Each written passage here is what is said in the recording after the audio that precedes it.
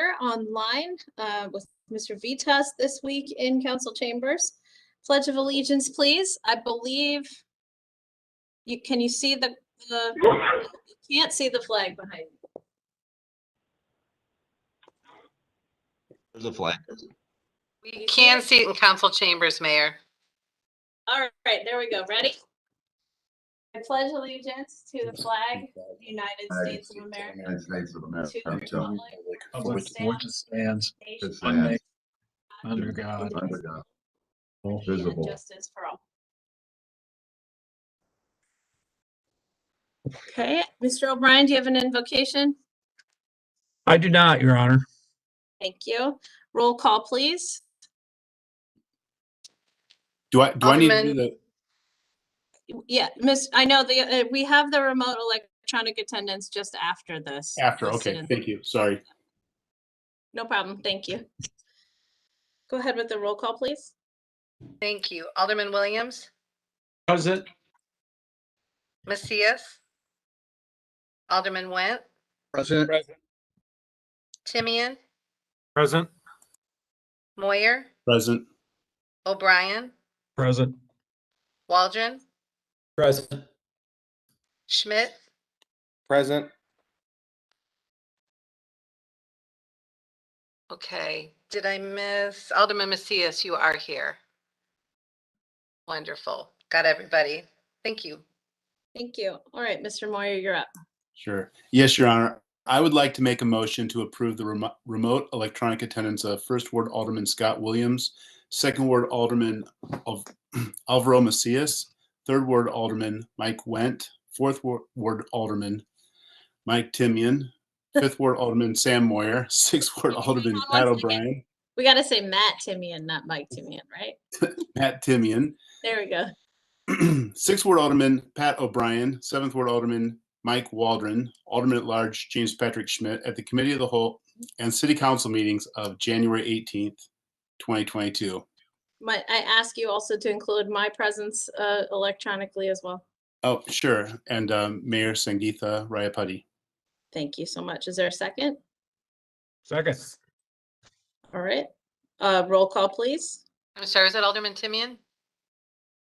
No. So was Mr. Bryan. Brian, Sorry. thank you. No problem. Alderman O'Brien, Aye. Waldron, Aye. Schmidt, Aye. Williams, Aye. Macias, Aye. Went, Aye. sorry. Alderman Timian, Aye. Alderman Moyer, Aye. 8 ayes, no nays. All right, that is approved. Chief Galt, is there anyone in the for public comment? There is not. Okay, thank you so much. We'll move to questions on the agenda. Any questions? All right, now we move to our roundtable discussion. Mr. Vitas and Ms. Elias, please take it away. Thank you very much, everybody, for your remote attendance. I really wish we could have done this in person, but we'll make do tonight as we did last week, and I'm sure we'll have a very energetic discussion. And hopefully, at the end of the day, everybody will have a much clearer understanding of the entire scheme of things related to the I-74 redevelopment program here in Moline. I liken this to TIF number 1 many years ago, decades ago, actually, when those discussions actually were launched. And as you see today, the end result, it was quite successful. So our purpose tonight is to take years worth of discussions and presentations and meetings and consolidate all of those discussions into a presentation this evening, which Alex is going to lead. And our goal, as she'll point out to you, is to engage the mayor and the aldermen in a dialogue as we go through the presentation. There'll be break points where discussion would take place so that we can answer any questions, take any feedback, offer direction from council so that we can actually start to advance this project, which is probably the singular most important project for the city of Moline and its future redevelopment efforts in the I-74 corridor portion of downtown. So with that, I'm going to turn it over to Alex, who has worked diligently to put this presentation together. And with that, Alex, turn it over to you.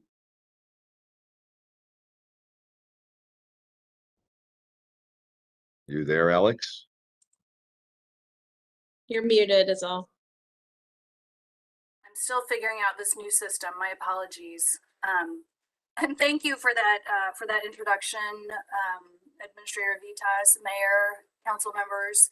It's an honor to be here to bring you this information.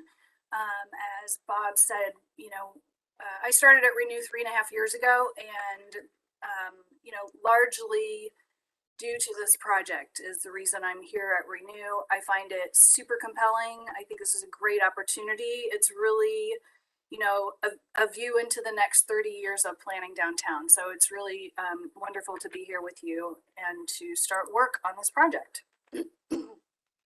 So as Bob said, we recognize that mayor and council members, different folks have different levels of information. And so what we're going to try and do today is bring you a great deal of information, but also we hope in a digestible format. And so really to try and kind of level the playing field of information. We're going to try to provide some context about what's going on in this area as the council contemplates future decisions. As an example, you may be asked to approve a contract.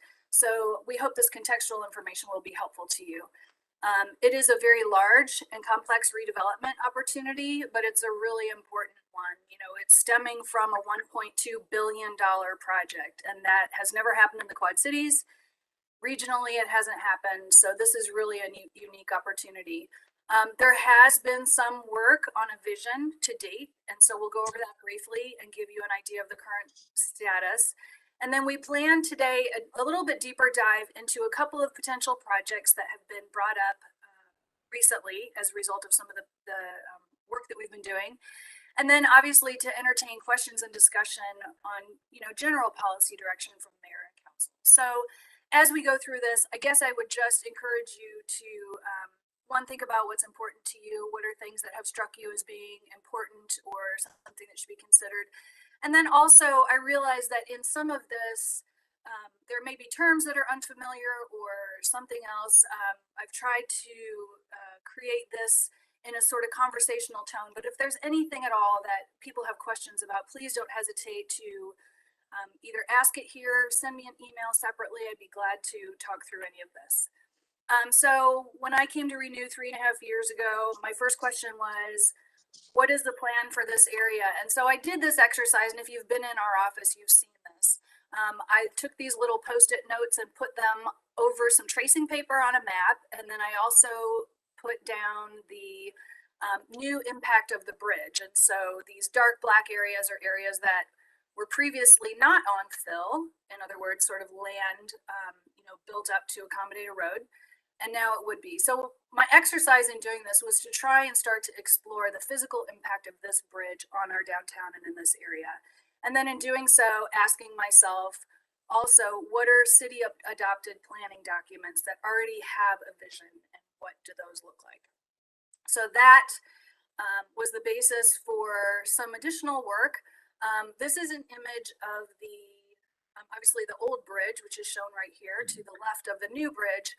But I wanted to just emphasize at this point that the circulation pattern that this new bridge creates downtown is different from what had been there now. And so now in January of 2022, we have all experienced driving on the bridge, getting off on an exit downtown. So this is becoming familiar to us, but it's very different than what was there before. So we have a very long off ramp that takes you to 7th Avenue.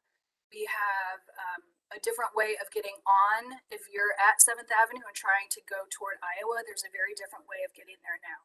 And these improvements have a relationship to the circulation pattern and your experience of being downtown.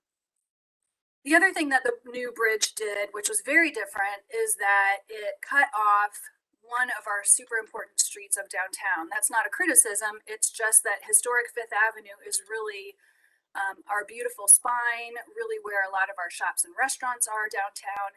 And where that used to go through, it doesn't go through anymore. So that is a significant change to the circulation pattern. And again, it affects how people use downtown. So we're thinking about all of that. This is an image from a study that was done by the Lakota group, which had been started about 5 years ago before I got to Renew, and it was just wrapping up as I arrived.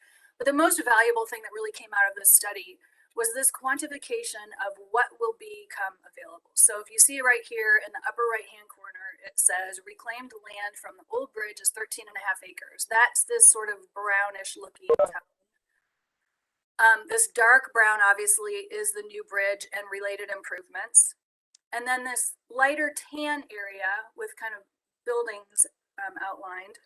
I guess other areas have buildings outlined, but the lighter tan areas are sites that are likely to redevelop just because of the change in circulation and for other reasons. The consultant found this to be sites with high potential for change, and that is a total with the old of 24 acres. So it's a large area of downtown, and this is kind of where we started from in looking at it. So I took that tracing paper and I put this down on top of a map and tried to make it a little more professional than just my scribbles on a piece of tracing paper. But at this point, and this was probably in 2019, early 2019, we started a conversation with the Urban Land Institute, which is one of the premier membership organizations of folks related to development that are concerned with excellence in the development environment. So architects, developers, bankers, planners, government folks, a variety of people are members of the Urban Land Institute, and they have a program called the Technical Advisory, what's called the Advisory Services. And so we started to think about approaching them to work on something related to downtown. So former mayor of Pittsburgh, 3-term mayor of Pittsburgh, Tom Murphy, came to visit us in July just to kind of get a sense of what Moline was all about. And then through that process, and we had some delays related to the pandemic because it was supposed to be an in-person panel exercise, but we ended up doing it virtually, so we didn't have to postpone it any longer. But these are the questions that we asked the ULI panel to explore with us. And so we talked about, how do we maximize private development? How can we create one single downtown environment in spite of the impact of the new bridge? And then how do we create a development environment that's stable and predictable while also encouraging creativity and innovation? So with that, Mayor Murphy created an advisory panel that was led by Rick Dishnica of Dishnica Company, which is a residential developer in California. And Mr. Dishnica led a panel of experts from a variety of disciplines, and Tom Eitler from ULI Advisory Services staffed the exercise. And so these were our experts, and they range in expertise from Dan Anderton is an urban designer and did some of the drawings. Michael Byrne analyzes retail environments. And then Nancy was the former city manager for Greenville, South Carolina, which is an inspiring redevelopment story. So this was our panel of experts. And these were the folks that came to Moline virtually to help us sort of dig through some of our opportunities and then answer some of those questions that had been posed. And I also just want to emphasize that I have a series of presentations and on a lot of the different topics that will be brought to you before. So if there are topics that you want to delve more deeply on, please just sort of make note of those, and then Bob and I can figure out how to best get you that information. But this is the summary slide that I use to try and sort of describe, Mayor Tom Murphy really is kind of a cheerleader for cities. He's a cheerleader for what's possible, and he encourages folks and really his inspirational message to us at the end of the advisory panel's presentation was that the city really needs to believe in the vision. There are plenty of smaller cities that have done great things. We need to believe that the vision that the mayor and council, the direction you want to go, is possible. And then some of the other pieces that are recipes for success are, the city sharing in the risk, which is participating in financing, which the city has a history of doing through its TIF districts. Mayor Murphy talked about project management and really being professional in the approach to these projects. Obviously, we talked about the catalytic developments that are mentioned in the plan or in the advisory panel's report. And then he talks about Renew in the city as really translators of the vision. And so as we're having a conversation tonight about the future of downtown and what the city wants to see in terms of its vision, echoing that through your activities into the community will really be important. And then the words that he used were to be nimble, curious, with an appetite for risk as we're approaching this project. So I just offer that as sort of a message, through ULI as we go forward in this. And then after we finish the ULI exercise in April of this year, 2021, Mayor and Bob encouraged us to go out into the community and get a sense of what the community thought of these ideas. So I'll talk about the ideas in just a minute, but I just wanted to let you know that in late September and early October, with Liz Nolte's help of our staff, we did an online survey that was available for about 3.5 weeks. We did one single in-person session, and we did one virtual session using a software called Mentimeter, which kind of tracked input real time. And so you'll see some of that as we go through. So this was the image that the Urban Land Institute came up with as kind of their ideas for downtown. This got massaged a little bit into a final, but basically the ideas that they came up with that I really wanted to talk with you about tonight were 5 big ones. One is the Milltown Basin, which I'll start with, the Great River Park, the Heart of the Arts District, and the Spiegel Building. They really saw the potential to create a very special area of downtown and using the Spiegel Building as an anchor.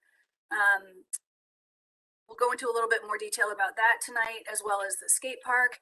And then they really emphasized the importance of really trying to get some residential projects in the pipeline. So these are some of the topics that we will talk about tonight. And I also wanted to just start you with this image of what we really thought going into the ULI exercise. We really thought this was kind of the area that we really wanted to focus on. And so I just made some notes on an aerial. And I'll also just mention that since the ULI exercise that we did with them, it was over 2.5 days. It was virtual. And so I had a drone fly through a lot of downtown Moline. Some of these images, I also have the fly through footage. So if any of that is of interest to anyone, I can certainly make that available. But the panel found that super valuable because it's difficult to convey the scale of the opportunity unless you're actually here in person. And the best way I could think to do that was through this drone footage. But this image came from there. So you can see in this site 1, which is really, probably the most important area right next to the river, the council in early 2019 voted to endorse the concept of a riverfront park in this general area. There weren't any decisions made other than to endorse the concept. And so we kind of started with that and presented that as part of the background materials to ULI. Obviously, Heritage Church is the property owner of the old Montgomery elevator, then Kone. Spiegel Building, and just I showed here its proximity to the Tax Layer Center. And this is probably the most important redevelopment site in the area just because of its visibility, which I'll talk about in a few minutes. So the other thing that we really started out with when we talked with ULI was, is there a way to really make the river feel closer to River Drive? And so this image was intended to kind of convey that. When you're actually down there, these are some of the views when you're actually in this area covered, currently covered by the bridge.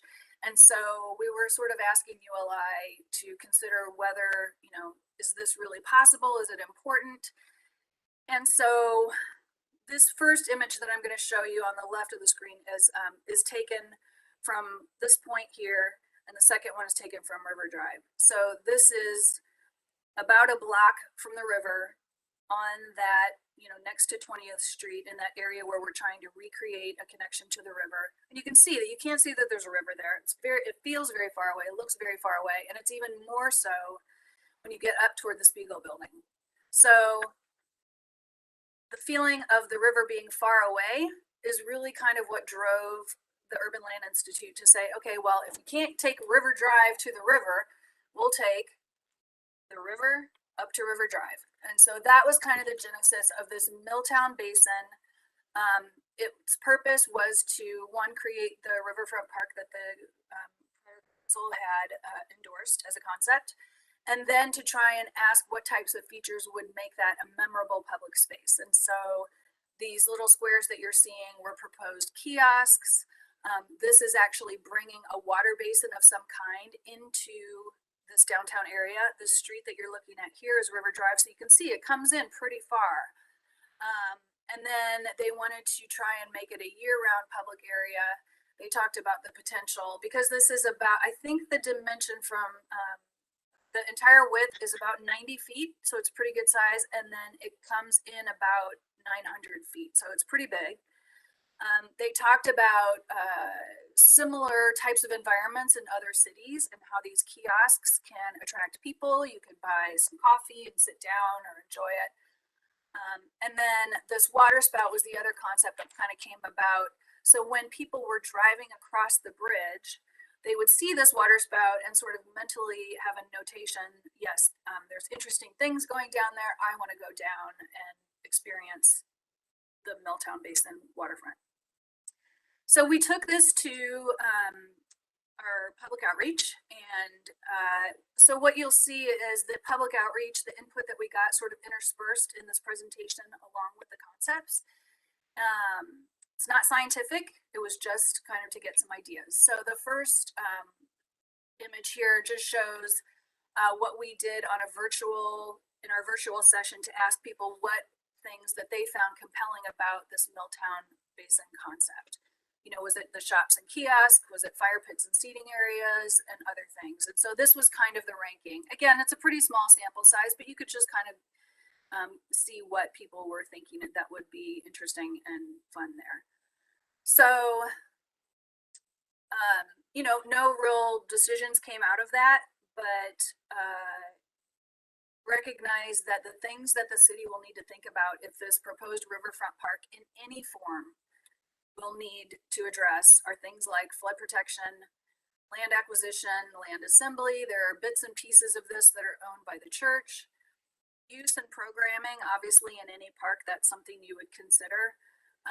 There are some physical constraints. You have some security standards that because your water treatment, your water department is right next door, that you would want to consider. And then of course, cost. So, our first question that we, and I'm not sure, Bob, I think since you're the facilitator, I would turn it back to you. These are the questions that we had hoped you might explore this evening. So Bob, I'm not sure if you want to take this or. Hang on. I think the mayor runs the meeting, so I'm here to help facilitate, and answer questions as well.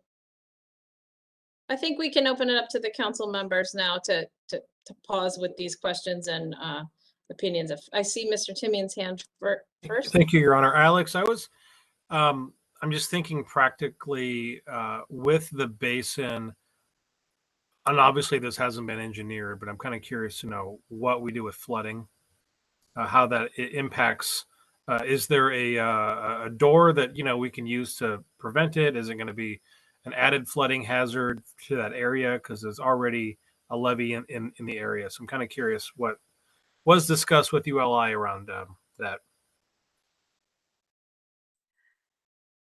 Alderman Timian, there were really no details. They were concepts that ULI provided. And so I think when you move, and this is actually probably a good comment going into the rest of this presentation, when you move from a concept into a project, you start exploring things like, obviously you're not going to do anything that would create a worse flooding situation. So you're Milltown Basin or your proposed riverfront park would have to do largely what Schweber Park and Rock Island does, which is it is itself flood protection. So those are the sorts of things that as a concept evolved into a project would need to address. Okay, thank you. Mr. Wen? Thank you, Your Honor. Alex, and I'm not sure if Tony's on here or I know that, and you had mentioned the security issue, but if I remember right, isn't there some underground storage tanks of the water that has been processed? I had brought that up at one point because we had that conversation a while back about tennis courts, and the concern became when we were talking about that park at one point in one of the discussions, and they said, well, we've got water tanks on the just to the east of the building, and if we did that, we'd have to do it in such a way that we'd have to still have access to those tanks. I don't know, Alderman Went, I don't know if Tony is on, but I know that when I did tour that facility several months ago with Tony, and he provided me with details with respect to the property, there definitely are underground water storage tanks there where we store our excess capacity, which is somewhere in the neighborhood of about 5 million gallons. Okay. I don't know if there's one tank or two tanks, but I do know they're in the they're covered by the grassy knoll whole area.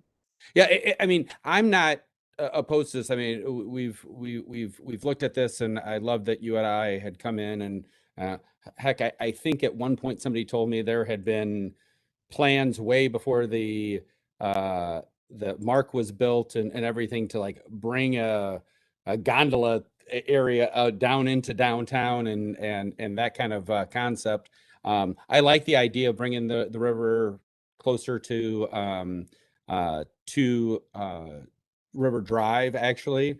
I just don't know if we've got enough space if we've got to go around that storage facility and also work with the land that the Bridgepoint has control over. All right, Mr. Timian, hang on. I just want to give everyone a chance to speak on the topic before I take repeat comments or commenters. Mr. O'Brien? The kiosks, what type of things are these movable kiosks? Would they be like a permanent structure there for businesses? And who would get the rent from these kiosks? Would that be, I mean, the city obviously would have a part in it, but is that something that, you know, if we do rent out these things, we don't want to make the cost too high because we know a lot of these small business that would be in that kiosk is going to be a marginal thing. Are these like permanent structures? Not necessarily. I mean, I Okay. think they're whatever works best for to meet the city's goals. Okay, so it would be open to discussion as to what type of kiosk and how they would go in. And I think years ago, they did talk about that type of bringing the river in. And as Alderman Went said, the gondolas, and we're probably gonna have to talk with the Corps of Engineers with that. before we do that. Just saying. Yeah, if I could just comment on your question, Alderman, it could be either way. I mean, in different places of the country that I've worked and lived, and my experience in working with different cities, you know, sometimes these are portable kiosks that get removed during the winter months, or sometimes they're permanent, and oftentimes the city owns and leases those spaces out reasonably, but they lease them to small businesses. I can think of one Key West where it was just a coffee shop, a Cuban coffee shop, and it was probably about, you know, the size of a kiosk that we leased to them, and their annual revenue, of course, there's 3 million tourists a year, but their annual revenue was in excess of $1 million annually just selling coffee and cookies. So it's a real positive thing. Thank you, Mr. Vitas. Mr. Schmidt had your hand up. Thank you, Your Honor. You know, when I look at this, I like the Milltown Basin concept. my only thought is that it feels like it's not a great river park. And so it gets away from that idea of being that park. And I just, as we think about that, because I also wonder if 30 yards wide is enough space to do a real park piece in. So maybe that's better spent or done elsewhere. I mean, and that's, as I think about those two things, I'm having trouble marrying those two parts of this together in my mind. But I do like the idea of how to kind of bring this space together. Thank you. Anyone else? Mr. Moyer's had a hand up? Yes, thank you. I'm a huge fan of the basin. This is a gathering park. This is a park where people are going to come together, and nothing does that better than water. I think this would be just a really excellent opportunity to incorporate that. And the plans we're looking at now are just a concept. It's a loose drawing. I think when we go into it, they'll have to address many other features, and I think it'll be a completely different concept when it's done than what it is now. So I would agree with some of the other comments. Thank you. I just switched screens and saw hands go up. Was that Mr. O'Brien? Oh, Mr. No. Macias and Mr. Timian. Okay, that order, please. Yeah, I'm along the same lines as Alderman Moyer. I think it's a really cool idea, but obviously, you know, if it doesn't work with those underground containers, which I believe it's that grassy space. You see the red, you see that green? It is. Yeah, I think that's where it ends. But if there's a way to incorporate it, the basin, I think that would be a really nice idea. It would draw people in there. And then maybe the Spiegel building could, you know, provide more of the, if we need, you know, to have small shops. Maybe we don't do as many kiosks, and that can provide some year-round small businesses.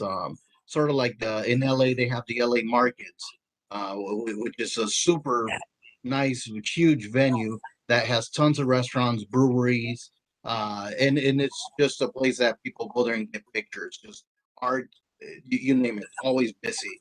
So if we were to have a basin that draws people in to connect with the river, and maybe the Spiegel building could, you know, take some of that. But again, all those questions will have to be sorted out as we look into the logistics of it all. Thank you. I think Mr. Timian was next. Thank you, Your Honor. I want to mention that I really like this because no one else is doing it in the Quad Cities. And there are riverfront parks. We mentioned Rock Island. Bettendorf has one as well, or Davenport, I apologize.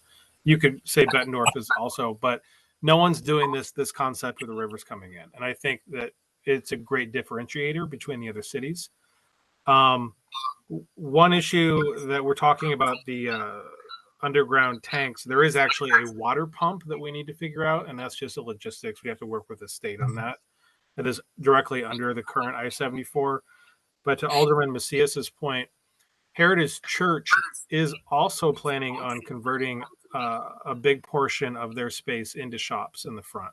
So there will be available shops directly perpendicular to those kiosks at the Heritage Church. So I think that by this basin concept really turns into a socializing and shopping experience for a lot of people. And that's a net positive for the whole area. More so than just a grassy park would be, in my opinion. Okay. If there are no other comments or questions from the council on this particular item, is it safe to summarize this conversation is that the council does wish to pursue the Milltown Basin version of the Riverfront Park with I see a thumbs up, Mr. Williams. Thank you. Thumbs up, I see the thumbs up. Mr. Waldron, did you put your screen back on? Mr. Wendt, do you have a question? Yeah, I agree with this. The one thing which was on the list that I've been talking about for a couple of years is the zip line, and I'd like to advocate that we try to figure out a way to incorporate that along with it. I had a chance shortly after the church purchased the old Kone, Pastor Sean had taken me up in the old Kone thing, and if we could figure out a way to do a zip line off of that thing, I think that would be a real attraction here. I was up in Minnesota a couple years ago, and it was around the Super Bowl. So I mean, it was cold as heck, and they had put up a zip line, and I mean, you couldn't get a ticket to it. I mean, it was a huge thing. So I really would like to advocate with this basin to include the zip line, figuring out a way how we can incorporate that as well. That's a great point, especially to the third question on this slide. If so, what features should be included? I would say, building off of what you said, Mr. Wendt, because retail can be variable given the economy, right? The retail experience, no matter how small or large the shop is. I think that focusing on experiences, active things that people come to do in that space. I know at one point that I think had there been talk of like paddle boat type things in that basin, or as you mentioned, the zip line. I think a healthy balance of experiences and retail is helpful down there. Mr. Wendt? So with that being said, one thing that was not on the list, and Alex will probably get a chuckle out of this, is so I'm not sure if everybody is aware, the last two pillars of the current bridge will not be demolished. Their proximity to our intake for our water is too close, and so the engineers have determined that there is going to be two pillars that basically are going to stay in the water out there. One thing that I thought would be amazing down in this area is to convert that into basically a boat up drive-in. Like, you know, you could project from the land. You basically put a sail out on that. You know, it wouldn't. I don't think it'd be extremely expensive to build a structure on those piers that could, you know, raise a sail, and basically you could then project movies, light shows, whatever onto that. And that would be just another, I think, great enhancement. If you're down here experiencing this, maybe at night you could have, you know, things like, you know, concerts, or, you know, Pink Floyd and then a laser light show on the screen, or you could have all sorts of different things. Or like I said, you could do, you know, you used to have Screen in the Green up in Chicago, or we've had that in different places, but have a place where you could actually boat up and a boat in drive-in. I think that should be something that should be explored, that I don't think would be super costly if those structures are already there, but could be unbelievably unique, that would really set us apart. Thank you. All right. So I think we're good to continue on, Miss Elias. Quick question. Yes, I'm sorry, I couldn't see you. Mr. Yeah, Vitas? I know. Just a real quick question, because I know it's out there and I've heard a lot of discussion on it, both up and down. But in terms of the concept of the water spout, where do we sit on that? Because that's really, I understand why they did it. I mean, if you're traveling in from the west or even from the east, north or south rather, you're going to see that. I mean, that is really an eye catcher, and maybe not that high. But, you know, the question is that something that we should pursue, at least conceptually, determine whether or not it's something we want to actually do down the road? Mr. Schmidt, I see your hand, then Mr. Wendt. So I think the water spouts are really cool, but I am not sure it's a good value. And I just, in that tight of space, especially, I'm worried about the wind, getting the water everywhere. You got to shut it down when it gets too windy. I mean, there's a really big one down in one of the Illinois suburbs of St. Louis that they do that's like as high as the arch. And it's really cool to see it when I'm driving over the bridge into St. Louis, but I have never gone to check out the base of it. Like, I think it gathers attention, but I don't know that it gathers foot traffic. And I think it's just cool, but maybe not worth it is where I start anyway. Mr. Wendt, and then Mr. Macias. Yeah, I think I'm along those same lines, and quite honestly, the location of this, if we were going to do this, I think I would prefer us partner with Bettendorf or what, and have it someplace further out. I think, we use this area with the Channel Cat coming through, with the rowing club and those sorts of things. If we did it, we'd have to do it in such a way that we could shut it off and turn it on so that other things could utilize this space. And I guess if we could do that, kind of like the fountain up in Chicago, where it only goes off, every 15 minutes or every half hour or something like that, and you call it all Old Faithful, and it only goes off every hour or something. But then again, I'm not sure if you're getting then your bang for the buck that you're looking for. Thank you. Mr. Macias? And maybe another option could be a smaller, similar to a fountain, like a very small Walmart version of the Bellagio. All right, store brand version. People love watching those. You see how many people just sit there. They love having music. If you have music set to it, then it's a really neat, entertaining thing that people will they'll make time to go see. So maybe something on a smaller scale, and it could be actually built into the basin. And even if the basin can't be that big, then you can add some of those features. Just a thought, because then you don't have that big spout that could cause other problems. Yep, thank you. Mr. Timian was next, then Mr. Went. Thank you, Your Honor. I agree with this. Alderman Witt mentioned Chicago, I believe, and there are a lot of, to go with Alex's interactive art, there are interactive art displays that involve water in it, like in Grant Park, that sometimes will either spit water out of them or sometimes they shoot between. I think that could be a really cool compromise, and it gives them a reason to go down there and interact with the water features. And I think that could be something that I would prefer over a massive fountain. Thank you, Mr. Went. And to bolster the boat in screen, you could include on that some ability for it to spray water and maybe some lights on it, and you could see how you could have like a little show where that would be kind of spraying towards shore and off to the sides and that kind of thing. That could be something that would be something that people would come and view and watch, but wouldn't be super expensive, or it would be a show that would run and then it would be done and wouldn't affect traffic and our water input there.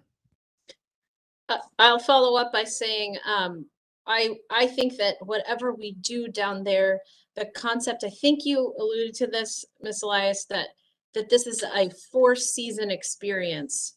Right? That really is smart use of our dollars. So planning for every season, do we have water features or other experiences that work in the wintertime as well as spring, summer, and fall, et cetera. And the Mississippi does freeze in parts, it just seems like a lot of an investment for a spot that doesn't quite fit for us for a water spout. So it also was the lowest on the response list, I believe so. So with that said, if there's nothing else on this particular item, I think we should move to the next area for discussion. Ms. Elias? Thank you. The next topic is the Great River Park, which was really intended by ULI to be the activation of this area within the green. And so it's about 200 acres.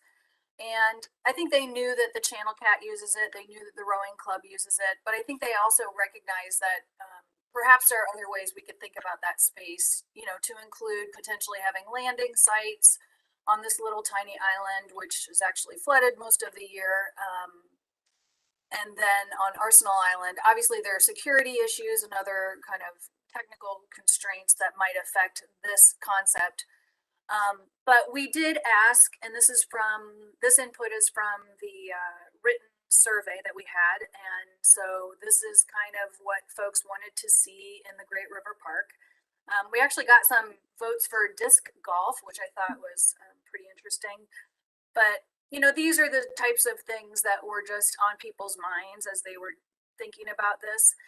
This input is from the virtual session that we had with this system called Mentimeter, which Liz did a great job of mastering. And so we entertained just an open-ended question, which is what land and water activities would make this place really special? And so these were the things that we came up with. The larger topics were topics that had more than one entry. And so more than one person said that swimming would be of interest there. I don't know how feasible that is, but I think we got a nice range of different options. And of course, as I think Alderman Moyer said, there's nothing to attract people like water. So the more we can think about land and water activities, all 4 seasons that could happen there, I think the better off we'll be. So I realize this is a little bit more of a nebulous question because some of the concepts were not as specifically thought out, and ULI did not necessarily provide us images. But I thought I would just include this to get a general sense of direction from mayor and council on this particular topic in terms of our kind of level of investment of energy here. Thank you. So this question is regarding that loop of activity now? Yes, thank you. Mr. Wendt? Thank you, Your Honor. But before because I've got a couple comments on this, just a quick question about our last, I guess, thumbs up kind of moving forward. Are we going to kind of, with that, kind of have a work plan, what next steps are? My concern is kind of, because I've been through this where we said, hey, we want a park, and that was basically all we voted on, and then there weren't next steps. Is what I'd like to see is maybe staff let us know what is the time frame in which they feel comfortable coming back with a work plan, whether they could do it in-house, out-house, what their guess is for consulting costs, time frame, those sorts of things. And maybe, is that, whatever that time frame is that you think you could come back with a work plan and us give you direction specifically to do that. Otherwise, my concern is that the whirlwind of all the things that are absolutely urgent and pressing, some of these things could slide way into the future. Yes, they have discussed that kind of situation, so I'll let Mr. Vitas respond, I think. Yeah, no, I think that's a great question. I think, this is like, I think Alex pointed out and Alderman Wendt, this is a extremely complex project area, many elements that are, and as I said months ago, I mean, the ULI report is really a great conceptual document for discussion purposes to, solicit input and ideas and weigh those and balance those. And, one of the things that we need to do, and I've said it before, is that, this area, all elements of this part of the I-74 corridor need to have a serious master plan developed. Press some of the questions like what happens adjacent to and next to our water storage tanks. Without a master plan, what we're looking at is concepts that have been laid down. Like, this is step one. Basically, it's step one. Mr. Vitas, can I interject just a second, just to be even closer to your point, Mr. Wendt? I think the first step is for Renew Moline and the city to establish that what are the priorities in terms of what we want to see out of these recommendations, and then they can come back with, okay, here's the land acquisition schedule, here's the rest of the schedules. I think that is, as you mentioned, Mr. Vitas, just now, we're in phase 1. Phase 2 is the timelines and what needs to be done. Is that correct? Yeah, no, I mean, absolutely. I mean, there's very few elements here that, as we go through the presentation, you're going to see that have been explored more extensively. That being, of course, the skate park and the pump track, and just as much so the Spiegel building. there was focus on those. Those are like kind of quick wins. You know, when you look at it from a master planning standpoint, the location for the skate park pretty much is it's there, it's understood for the most part. But Spiegel's not going anywhere. I mean, that is an immediate win because it's there, it's in place, you know, and its redevelopment will likely happen before other things take place. You know, and as we move to things like the Milltown Basin, that's going to require real thought and real consideration and planning as much as the Great River Park would, because there's a lot of moving elements that will happen over time, as we'll see, that impact both of those. So, you know, I would say yes, we would come back with specific project timelines and laying out different strategies and whether we can do it in-house or we need outside consulting services and what those costs might be in order to make this plan make the plan come to life. Okay. Yeah. Well, and my question is that to come back and like say, okay, well, we're for the ARPA funds that we set aside, we'd like to, you know, we're going to need probably about $50,000 of that because we're going to need a consultant or those sort of, is that something that is 2 months down the road, 6 months down the road, a year down the road before you kind of come back with kind of the next decision points on the basin? Yeah, I think that's a tough question because the reality is that we don't even have the land acquisition and the land assembly taken care of because that impacts exactly the Milltown Basin. And that process, as we know it today, is going to take months or longer in order to complete because it's driven by others. It's driven by IDOT. So when they're ready, whenever that is, this summer or this fall, to iron out the details and transfer ownership and whatever is necessary to do that, we'll certainly be continuing to work on planning for the area. And I see it as an ongoing process, actually, starting now and going until we get to the point where we have definitive plans, you know, that both staff, consultants, and the council have weighed in on, and the community. So it's going to be an ongoing process. One of the other things that we're doing, of course, is the form-based code, which comes up at the end of the presentation. And that's going to, of course, drive a lot of discussion for this overall plan, whether it's and specifically like the new commercial spaces and the new residential spaces. And it'll speak less to things like Spiegel because Spiegel is an existing, you know, and that's more of a rehab, a renovation, as opposed to new residential construction or new. Okay, thank you. Ms. Elias, did you have something to add? Just very simply, Alderman Went, I think the question of, you know, could we come back with a timeline and budget for projects? The answer is yes, but it depends on the project you're talking about. So when we get through the presentation, you'll see that there are a couple of projects that are more fleshed out, as Administrator Vitas was saying. So I think that'll probably become more clear at the end. I do think we could do a rough order of magnitude in terms of, do we have enough information to prioritize this? Is this short or long term? Obviously, we started with the biggest, hardest one is the Milltown Basin. Like that is a super complex, major project. So I think that'll become clearer as we go through this and you see the different level of detail on the different projects. Thank you. All right, comments about the Great River Park, Mr. Wen. Yeah, so so with the Great River Park, I guess I've got two things because I like this concept of having kind of this loop around there. I know that we're going to have a loop where people on their bike can travel over the bridge and then go down to Centennial and make a loop and make these kind of like, oh, this is an afternoon, you could go do this in an hour or whatever. For this park area, I like this idea of focusing down in here. And there's two ideas I'd like to propose. One is we are applying for an NEA grant and for art.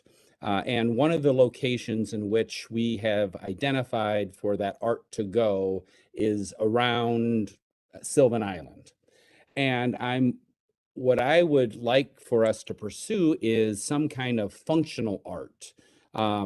If some way that you could, from the Sylvan Island point right here, which is, you've got a dot on it, over to the Arsenal, where there's another dot, yep, where that cursor is some kind of functional art bridge of some sort. You know, just strong enough that it could hold, you know, bicycles and those sorts of things. You wouldn't need it to take emergency vehicles or something like that, because you've already got that bridge to get over to Sylvan, and you already obviously can do that at the Arsenal. But you may then be able to create a small loop to begin with, because the Arsenal has been talking about, for their viaduct, adding a bike path, bike lane off of that, and an exit down to the bike path. And so you could wind up having kind of this mini loop, and then eventually expand it to include, as what I think the consultants had thought, was then over to the mini island over here, where the current bridge has some, yep, right there, and then back across over to our basin bridge, our basin area. And so I think that may be something that I'd like for us to explore, if that's a possibility. You know, maybe it's a suspension bridge, rope bridge. I mean, something that could be functional to get people over a walking, bicycle riding area. And then the other that I'd like to really explore is, because I don't think it's functioning right now. You've got the dam there, and we've all been there. You've seen all the graffiti and everything on Sylvan Island. And the purpose, obviously, there was a rapids there at one point, and so the change in elevation from the water flowing down, that if there was a possibility to take that out and actually create rapids through there, an area where people could kayak, some rapids, and really have, you know, you've seen this in different areas with the Olympics and different things, where they basically come in to put the boulders in and are able to make a rapids area. I think through that slough right there really could be a cool thing that could draw people from all over the place. And just using the river, the topography, I mean, obviously there's going to be some costs with it, but I really think that might even be eligible for some grants. Now, I think Mid-American maybe still owns that that dam there, so there's things that we'd have to work through. But I'd like to throw both of those ideas out with this concept. Thank you. Other aldermen with comments about the Great River Park, this circle? Mr. O'Brien. I like the concepts, and I like what Mr. Watt said about the rapids going through there. Not something I'm probably going to do on a kayak, but you know, I think there's a lot of people that want to do it. But I like the ideas. I like the ideas that are coming out. And this is I'm going back to, and this, we're not talking about windmills or anything, but the state of Illinois tried to put a windmill, and we have eagles down here. We have, I don't know, I know Rock Island seems like they congregate down there, but we also get them in Moline and probably on that little island. I'm thinking I've seen eagles out there. And the DNR, the state of Illinois tried to put this windmill up, and it's too close to where the eagles nest. I mean, this is going probably to the water spout, if that's even a possibility. But with all our other activities, I think we just need to be cognizant of the DNR, the Army Corps of Engineers, and of course, this is, you know, this is just the beginning. I'm sure we'll have discussions with them, but I know that the state got pretty far along. The governor's office did, and then the DNR said, "Oh, there's eagles nesting here, so yeah, we probably can't do that." So anyway, just wanted to add that. Thank you. I would say any of these areas right at the river, I would imagine you would plan to have some sort of environmental impact statement for anything we would pursue. It'd probably be required. And then there's be a lot of interaction between the city and the U.S. Army Corps when it comes to the water's edge. Yes. Okay, thank you. Mr. Went, 1 second. Was there anyone who hasn't spoken on this area yet that wanted to add something? I don't see any hands. Do I see any hands? Nope. All right, Mr. Went.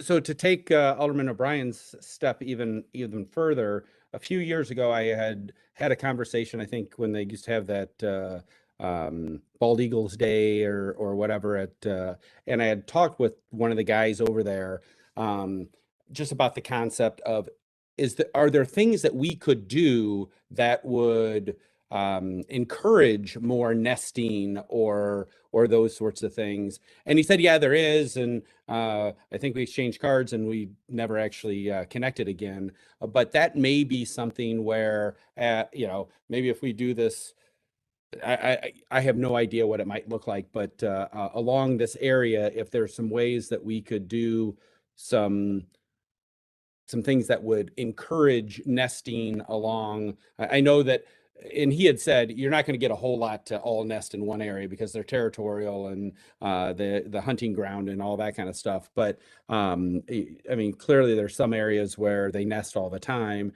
And so the environment must be set up in such a way that maybe if we can set up a couple of those spots and hopefully a family winds up staying there forever, and it becomes one of the things that are adopted eagles right there as part of this park area. I think that would be really, really interesting. Thank you. And kind of a bird sanctuary concept. All right, so to the point, the feedback we need to give Renew and Administrator Vitas, does council wish to pursue the Great River Park? We're in a thumbs up, nodding heads moment here. I see yeses from everyone. Mr. Waldron. All right, well, we have a majority for you there. So thank you for that feedback. We'll move to the next topic. The next topic is not one that I'm going to go into in a lot of detail, except to say that ULI really emphasized that we have two corridors, Fifth Avenue and River Drive, that are successful and active and have a lot of really great amenities on them, like the Tax Layer Center, like our historic and beautiful Fifth Avenue.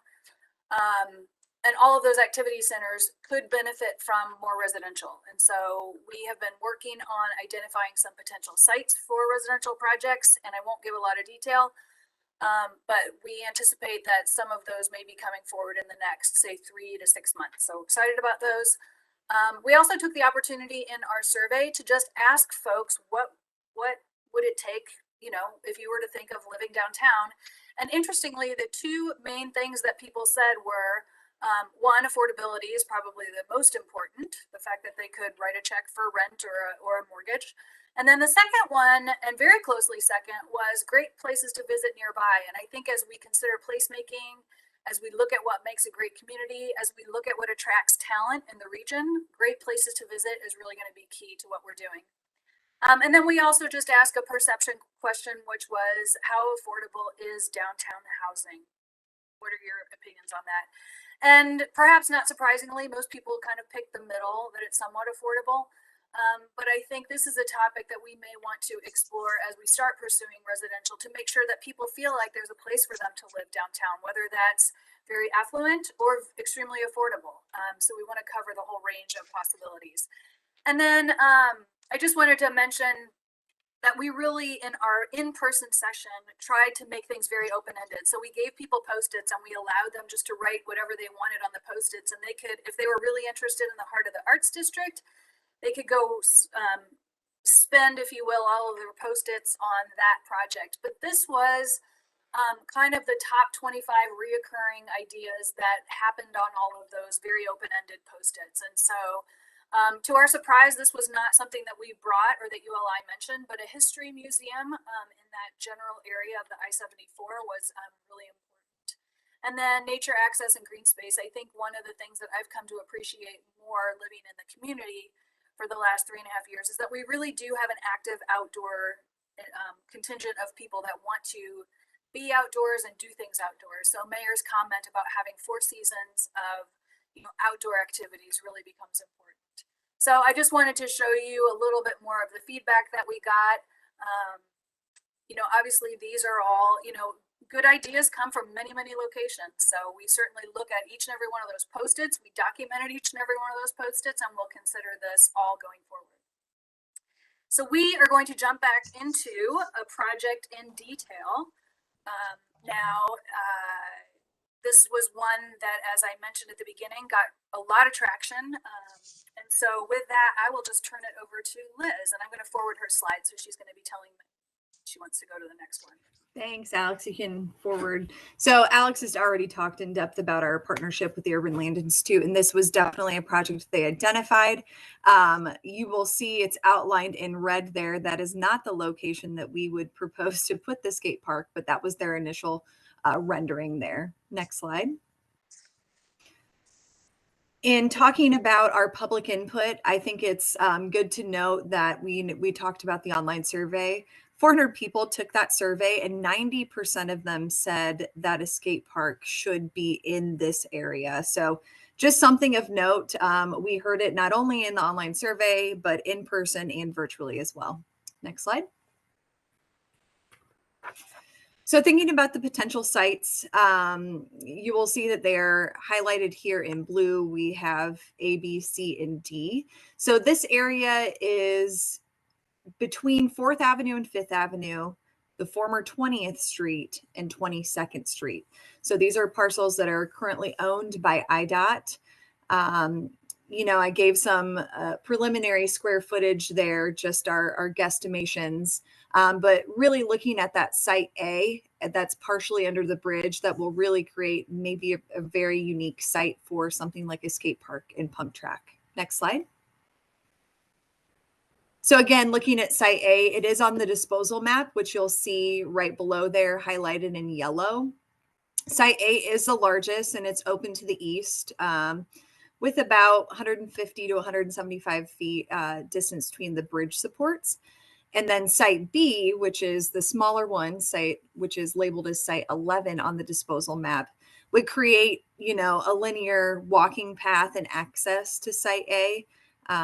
And potentially attract other people to that space. And you'll see to the right, this is looking west towards downtown from 20th Street, underneath that area. Next slide. So there are also sites C and D, which are under the bridge, which would create, potentially some really neat locations and some opportunities to incorporate what's underneath here already into a skate park and pump track if we decide to go that route. But just wanted to kind of show you what it looks like underneath there so you can see what that is. Next slide. So we have met with some local skaters, specifically Jonathan Marler with Keep Pushing Skate Shop and Dean Wright with Wright Cycles, and as well as others who responded to the survey. They provided some concept ideas for us, but they really identified there's an opportunity to put some things here that are not found locally. So the only public skate parks are Davenport and Bettendorf, and they don't include a pump track per se. So it could include stairs, rails, ramps, bowls, a skill area, as well as seating and lighting. Next slide. I wanted to give you a sample of a skate park that is underneath a bridge. So Logan Boulevard Skate Park in Chicago is the city's first covered skate park, and it's underneath the Kennedy Expressway. They also have incorporated some public art. So just to give you an idea of what it could possibly look like. Next slide. Here's some other sample skate parks as we were kind of doing some research here. You'll see on the left, this is right along the river in New Albany, Indiana. That's built by Hunger Skate Parks. It's smaller scale. It's not a pump track. It's just a skate park. But you'll see to the right, Spawn Skate Ranch, which is a company that Jonathan Marler has had experience with and has a partnership with, provided this to us as kind of a concept of here's how you would incorporate a pump track with an actual skate park. Next slide.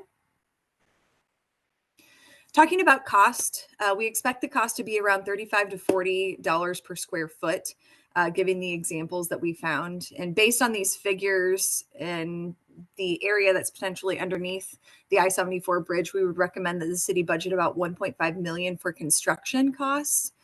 And design costs are anticipated to be between 5 and 15% of the total construction cost. Next slide. We did have a chance to connect with IDOT about permits and contracts, specifically Logan Park Boulevard. They do have a contract with IDOT. I've outlined some of their terms here specifically, but one thing that the city will need to keep in mind is that can be all negotiated with IDOT. So whatever the city deems is, going to be valuable to the city, IDOT will need to agree to that as well, but everything needs to be negotiated. So next slide. I really wanted to provide some feedback. So we went ahead and met with some key groups. The most recent was the PMT. So the project management team was generally, the consensus was they were in support of this concept of the skate park and pump track. They did have some concerns about the permit terms with IDOT. They wanted to protect the city and its investments. Obviously, you need to think about the duration of the permit, renewability, and termination for cause. And legislative action will be important with the land acquisition for the sites that were identified. In December, we met with the Moline Park Board. Their consensus was that they were generally in support of the idea, but had some concerns about liability for the city. Next slide. In November, we met with the Public Works Department. I believe that they really shared a lot of valuable feedback that you'll want to take into consideration. Obviously, many people know that we have already had a skate park in the city of Moline. Browning Park was removed after it fell into disrepair because of vandalism. So because of this previous experience, they really had a lot of feedback to provide about it. So currently, the Public Works Department is not adequately staffed to properly maintain another park within Moline. They identified that. They would want a short and long-term maintenance and staffing plan should this be considered and put in place. And they'd want it to be approved and funded to ensure the viability of the skate park and pump track.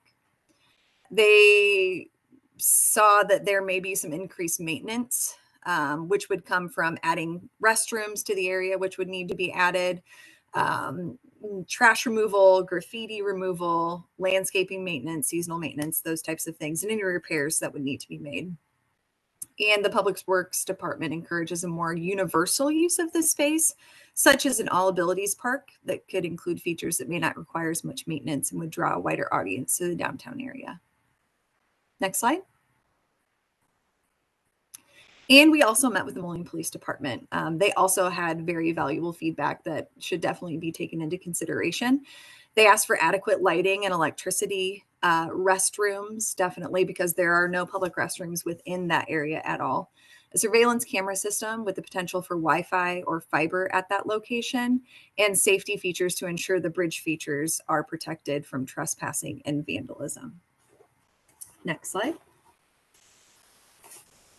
I want to share that we did connect with some other skate parks, regionally and kind of around. And I'm not going to read through all of these, but I will say that many of them are obviously owned by the city, managed by the Parks Department.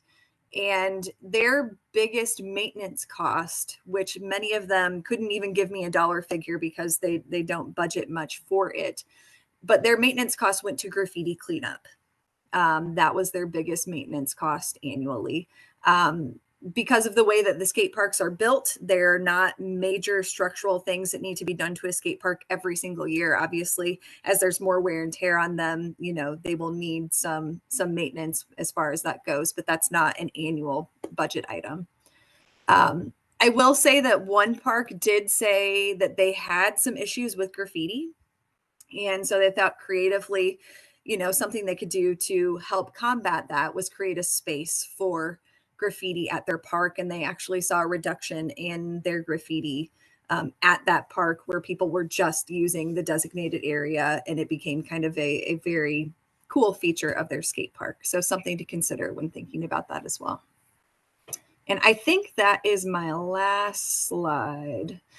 Just to think about discussion, is the skate park pump track something the city wants to pursue? And could the project include an all abilities park and enhance the location in more than one way? We'll open that up to councilmen, especially I'd like to hear from councilmen who are not on the PMT, since half of us do serve on that. Mr. Schmidt. I'm a big fan of the skate park. I think one of the biggest questions I have is what that liability looks like, and that's a question that obviously needs to be answered and is very valid. I also hear on the staffing concerns and think we need to make sure that as we are thinking about any of these amenities, that we are going to commit to bringing the staff to the place where it needs to be. Just to give that added support. I on that graffiti issue, I was reading through the proposal and it talked about graffiti. I was like, it's a skate park. Let them graffiti it. But that's, as somebody who spent a lot of time at that Moline skate park in my youth, I know that perspective may not be shared with everybody, and that's okay. And I think the designated places or some places where it's allowed is kind of I think makes the most sense, is probably the right compromise. I also have a lot of love in my heart for talking about more all abilities parks, and it's something I've kind of been asking quietly about a couple times around. But I think that I don't know that incorporating it into this project is the right way to do it. Like that would be something that maybe could be incorporated into something on the Great River Park or in other places. I mean, I want to see that happening, but I think if we tried to divide and do both of those things in one space, we're just going to get ourselves into some trouble. So those are kind of my thoughts off the top. And to your point, Mr. Schmidt, I believe that our park at Riverside, correct, on the eastern portion, has invested significantly in more all abilities structures. So I would hate to be redundant unnecessarily. So yeah, creative ideas on your second question might be interesting, but we might not have to include it in this particular space. Yes, Mr. O'Brien. I guess my question is, this skate park will attract a lot of underage kids. Other than the cameras, what kind of security measures can we, I guess, have at that site to make sure these kids are safe? Because they're probably just going to go there, on their own, I would imagine, to skate. I mean, tell me if I'm wrong here. Is that something that's going to be, I mean, security is going to be an issue, right? Or is it not? Or am I just being an old fuddy-duddy here? I think the security at this park would be really no different than security at any park. You've got children playing at all of our parks probably throughout. But it seems like it'll be very isolated, right? It's under the bridge. That is the concern that the police department expressed, yes. So I think my personal feeling, Alderman, is that when they're, and this is, sort of one of the things you learn in your very first planning class, is that eyes on the street and eyes on a site are security. And so the more visible we can make it,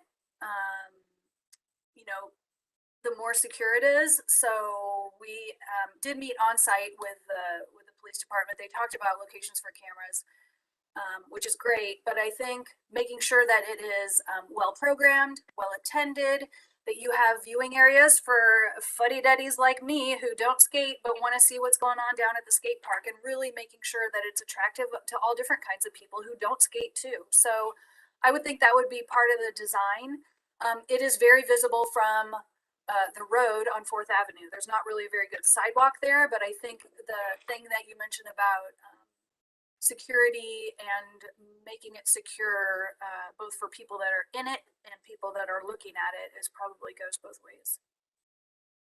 Okay. And I think to Alex's point as well, with increased lighting, that will definitely need to be something that's underneath there. And we want people, the benefit of having it underneath the bridge is to be able to use it in many, many seasons, right?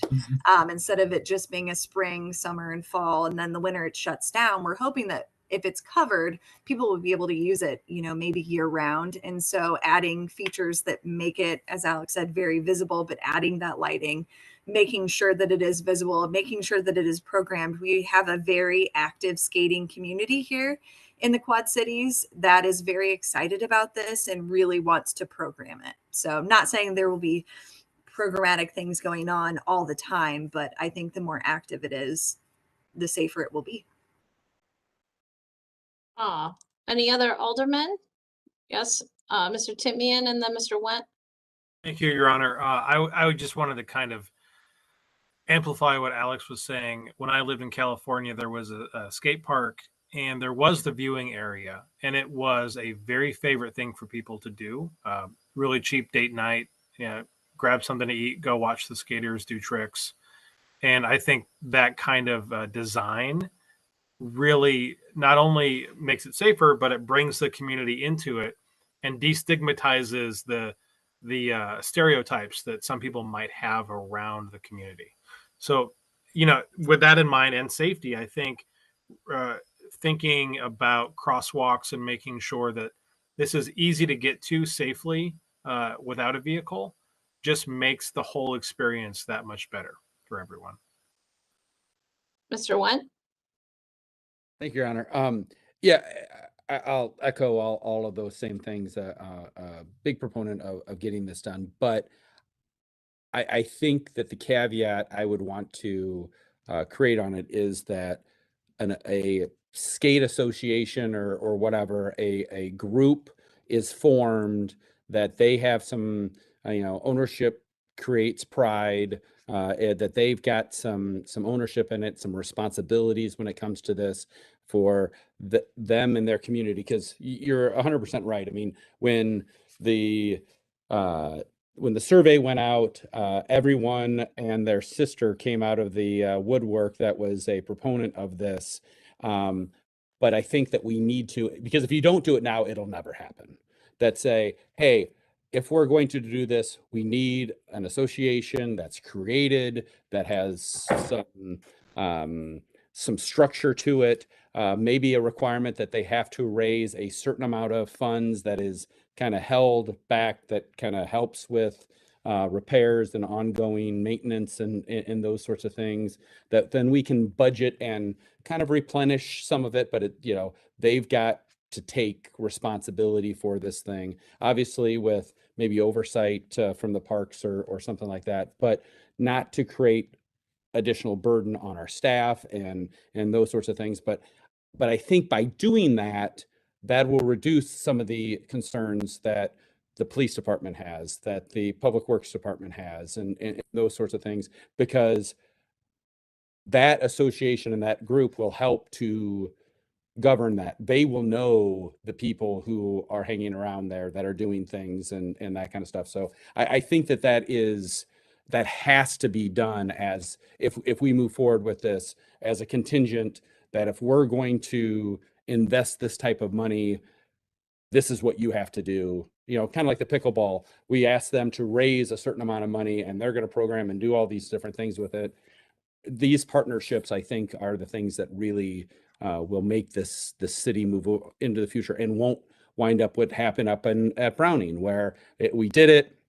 There winds up being an overturn in council, 8 years from now, and they could give two, shakes about the skate park, and they're like, all right, we're done with it. Let's, they wasted a bunch of money for it. We're not going to put any, let it die. It's whatever death that it's going to happen, and then it gets torn out. So I think that that's the way to ensure that this moves into the future and is successful.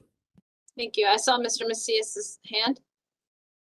Yeah, I like that idea of some unofficial ownership from a community organization or just a group of folks. And I'm sure we're all thinking, the business skate pump. They're connected with the skating community. I do like the idea.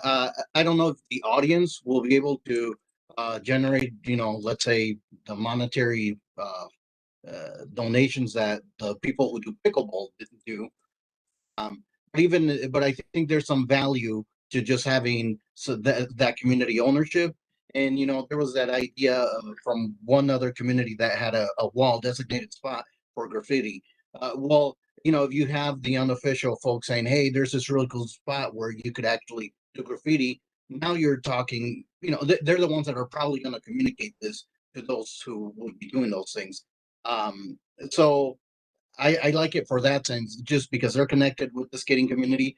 But there's also there's probably a lot of little kids who are maybe 7, 8, 9 years old whose parents are going to drive them there, and that, I mean, and they might not. Let's say they might get into skateboarding for a couple of years, but I mean, you're probably going to have a lot of that stuff. So I like the idea of having sitting areas, Mr. Alderman Went and Alderman Timmon had mentioned. I think that that's a great idea, but yeah, as far as monetary, I don't know how much they would be able to contribute or help fund or help with fundraising efforts. Thank you, Mr. Macias. I think it sounds like you're getting a thumbs up from the council. If there is someone who is not in support of this, I really want them to speak up. But I would say, I think what will make for a very strong community in this space is if we look to some sort of intergenerational component. You've mentioned parents coming down. There are plenty of grandparents that take care of grandchildren in our community. We have an aging population just based on the baby boom generation aging. Anything we can do to make this not feel like just a park for young skaters, that I think is helpful for the community as a whole.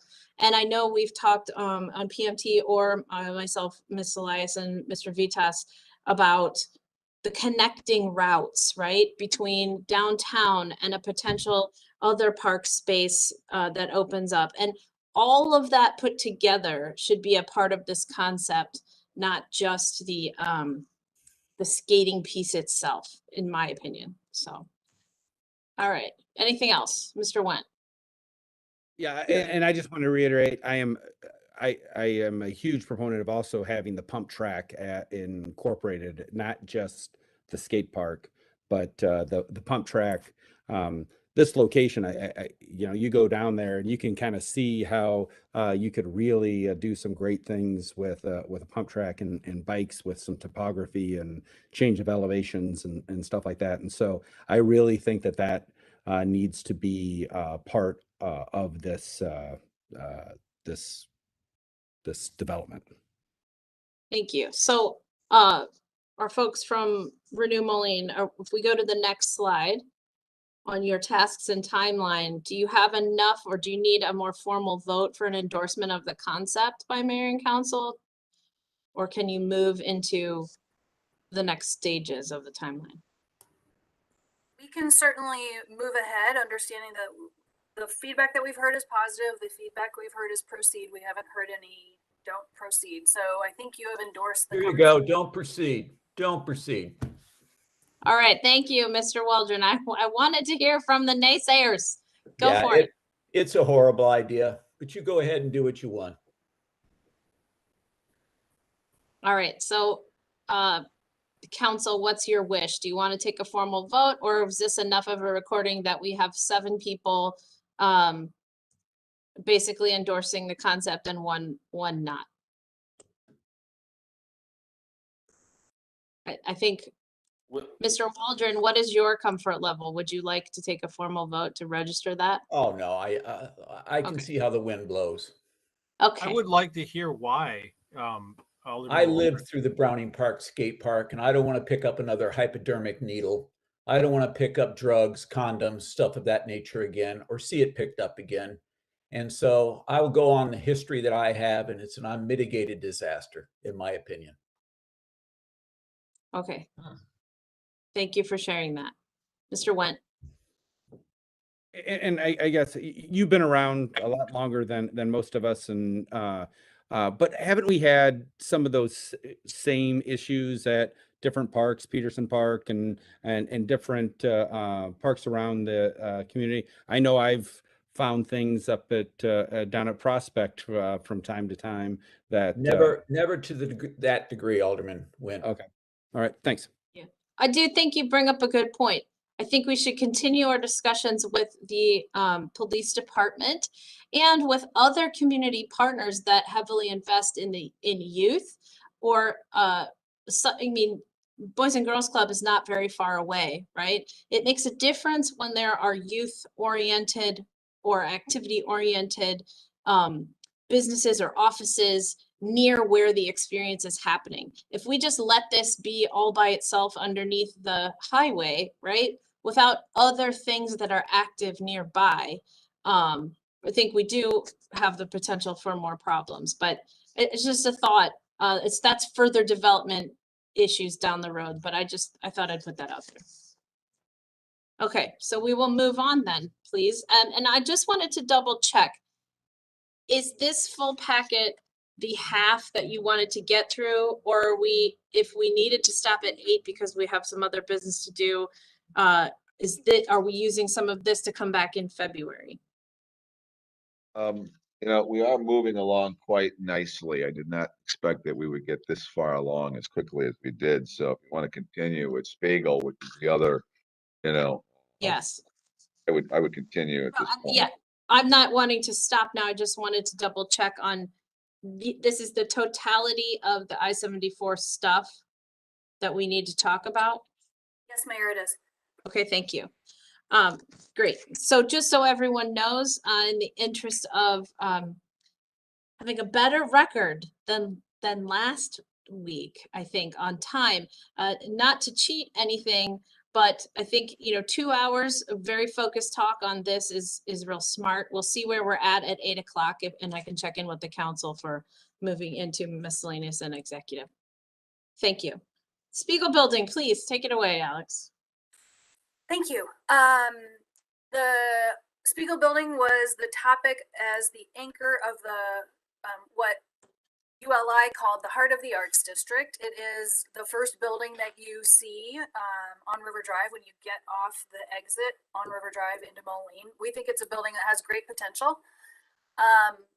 This was a presentation that you saw at PMT quite some time ago, I think. And so this is just kind of background, and we laid out some potential options. This presentation was given to ULI when they came. And so we just talked about what we thought was special about the Spiegel Building. Spiegel Building before was east of the bridge. Now it's west of the bridge. So that really made it feel more connected to downtown. As I said, it's super visible. If you're in the building, looking out onto the bridge is a really great view of the bridge. And then of course, if you're on the bridge, looking at the building is a really great view. So that sort of bilateral, if you will, transparency, I think is unique to that building, and it's really great. It's also the center of a multitude of different transportation options, walking and biking, the Great River Trail, pedestrian activity. You see people down there 4 seasons, absolutely, on that bike trail. And then obviously, 78,000 cars going by on the bridge every day. Super special building. And then the best thing about it right now for your purposes is that it is city owned and you can set the goals and the parameters for redevelopment of that property. We did a study with an architect, Jeff Dismer from Studio 483, who's on our board, helped us out with just a redevelopment concept. And so this is the building shown from the 4 different sides. It has 2 things that the building today does not. One is a rooftop structure, probably for a restaurant, at least for the purposes of this discussion. And then kind of an open vestibule area, which would be entry and just some spaces on the inside. But what we were trying to do when we put this concept forward at PMT and when we gave it to ULI and really here today is to really try and approach this from a standpoint of what are interesting and attracting uses that would make people come down. So we think about being in a historic, beautiful building with very tall ceilings, giant open windows, a very cool maple floor and columns. And we think about potential uses being things such as a public market or a bakery and coffee shop where you could go get a cup of coffee and just sit and watch people go by on the bike path for a while. Having some retail component where people can shop for either things that are about the Quad Cities or about Moline or just some retail space that would be pretty cool as well. A bike rental, since it's very, very close to the bike path, that might make a lot of sense. we really tried to look at what are active uses and not just have either a hotel or residential where it's curtains closed at night and nobody's home. So these are the types of uses that we thought would be interesting to explore. Museum and art gallery space. This could double as, performance space, space that is leased for special events and other things. We also know that Ballet Quad Cities, which is a tremendous gift to this community. We are very fortunate to have a professional, very high quality, high caliber ballet company in our area. But this was something that we included because at the time, and I think they are still looking at their growth options because they're doing well. Their school is doing well. And I cut a couple of pictures from the internet just from, given the transparency of the building, I included this image, which is of dancers, I think in Houston, if I remember right. It's either Houston or Richmond. But you can imagine if you're taking a night ballet class and the room is lit up and you're seeing these dancers, it really gives you a sense as you're approaching into the community about what's important to the community. And I'm not saying ballet is important to the community, but the arts. And so that transparency of the building really lends itself to something like a ballet studio. Also, if you were in the building and you could watch a class going on, as in this lower right hand, which parents love to watch kids dance classes and things. So it's a nice way to spend the time. And then the Rooftop Restaurant got a lot of traction in some of our public input. This actually is probably a pretty good idea of what a rooftop restaurant could look like there, because they do actually have a bridge in the background. But I think creating an attractive space where people could come and really feel special and see the river was of interest in some of the things that we saw. So at the time that we did this presentation, the idea was really to try and explore the concept of not just highest and best use, but really thinking smartly about how this could be an anchor and how it could really be a special and beloved place to the community. And making it active, we thought, was a key to all of that. So we talked about maximizing activity, creating arts and visitor-based uses because of the exposure to the bridge, because of the 78,000 cars plus, over the years that are going to go by there. We thought discouraging single-use proposals was the right way to go, and then really look at the ground floor. No matter what was going on above, look at the ground floor as trying to create a space that people would want to come. So having done that, we put some of this information out, and this was some of the written responses that we got in this public survey. We had 396 responses, so only 16 skipped. So we thought there was a high amount of interest. People like the idea of the rooftop space, the maker space, and the art gallery. The public market was kind of right up in that top 4. And then we also looked at a co-working space, which we think is probably marketable, depending on how we do that. And that actually ranked lower, which was kind of a surprise to me. This commercial kitchen incubator, I think, is an idea that could potentially be explored as part of a food market or separately. So these were some of the ideas of feedback that we got. And then also, as I mentioned in our one single in-person event, we had the Heart of the Arts District poster board, and we got some other, kind of independent post-its about what people thought should be happening there. So these were just some ideas that came out of that. And then from our online virtual option, these were some ideas that came out of the online virtual option. Some of them were consistent with things that we had presented previously, like the art gallery. Somebody said, put a convenient downtown daycare in here. That would be of interest to folks. So these were the open-ended comments that we got. And we just simply asked, what ideas do you have? And then those ideas were recorded in this session here. So there also was a pretty big theme about music, performance space, art obviously was a really big input that we got. So yeah, chamber music, just music venue. So I think the theme was kind of art, music, and then the public market and food aspect of things. So this was the input from the online survey. Rooftop Restaurant, again, and public market were kind of the top vote getters as well. So the question for the moment is, Does the council wish to explore further the feasibility of the arts-based uses? And so just to be really clear on this point, what that would mean is that we could embark on some kind of feasibility study to give some parameters about the types of uses that there might be a market for here. And what would, some potential building rehabilitation costs be, just to try to get to the idea of, what would the creation of a space based on arts-based uses, what kind of return would that give? And would you find developers that would be willing to do that? So that's kind of the feasibility aspect of things. And then we do have a general idea of some things like the public food market and maker spaces that folks have indicated and expressed an interest in. We may need to balance that out by the economic feasibility of, say, a co-work space or an incubator kitchen, just to generate some revenue. But I just wanted to make sure that we were clear, kind of that exploring the feasibility of this arts-based use is kind of, as I see it, and I think Bob too, Bob can comment on this as well, but as being the next step for Spiegel. And so if we haven't got the right mix of things that you all are interested in proposing as part of a feasibility study, we should do that. So Bob, do you have additional comments? I think you've covered it real well. I think, since we do own the building, it obviously can accelerate, its redevelopment and redevelopment in a careful way. I mean, there's a lot of interest in the building. Obviously, there's a lot of feedback. There are predominant uses that people are thinking about who participated. And that theme seems to run through, whether it was in person or whether it was online.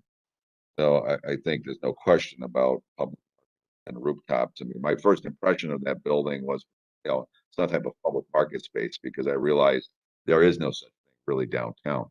When you look to, and again, I'm just going to point to the east, over the East Moline and what they've done over there at the Bend, for example, in that whole area. Every time I drive past there, it is slammed. I mean, there is just a large number of people who make their way over there, in the evening hours to go and do what they want. I have not stopped, say that. I have not stopped and gone in there to actually explore the inside of the space. But it tells me that this is comparable and that this has the ability to generate that kind of interest. The city owning it, city leasing space, of course, to me would be an important consideration. We wouldn't want to sell the building to someone else to manage it, operate it. And obviously, we would need to manage it, from a general overview standpoint. But the people who rent the space obviously have to manage the space from us. I see it as a golden opportunity to, kickstart development in the there should be a focus on this building, and the surroundings around this building are really part of the discussion-based code in terms of what the streetscaping will look like around it, access to the and streetscape, that the plantings and the benches and everything else that we're going to do. But even the illumination of this building would be critical, because as you point out, coming across the bridge in either direction, I mean, mostly coming from Iowa, you're going to see this. I mean, you can't miss this. It's gonna pop out, and especially if it's really illuminated, and if you have a rooftop restaurant, all the more light, all the more attraction. Better than a water spout would draw people. I see your hand, Mr. Wendt. I'm gonna weigh in real fast, and then I'll call on you. I think you nailed it, Bob, when you mentioned that this is sort of one of the main entry points to the city, at least coming from the north.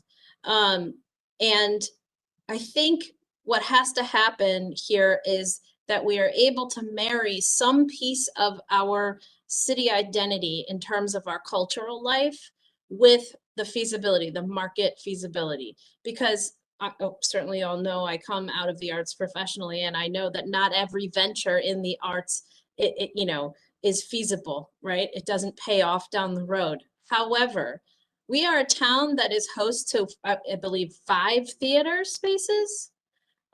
or more. We have a new performing arts center that's available for the public to use through the school district. I mean, we're not short on valuing artistic expression. And I think that it's a part of our identity that really can set us apart from some of the other cities in the Quad Cities. We are part of a river music history, the riverboats up and down. And certainly Davenport has capitalized a bit on that through the river music experience space and what they've offered in the past and currently. But I think we have a really unique opportunity to, in a sense, exploit a part of our identity as long as it is feasible. So I am very interested in the feasibility studies for a lot of these ideas that you've mentioned. Mr. Nguyen. Thank you. And yeah, I really like this way to activate the space, and it sounds like there's some really unbelievable opportunities for partnership with the ballet and different things. The one thing though that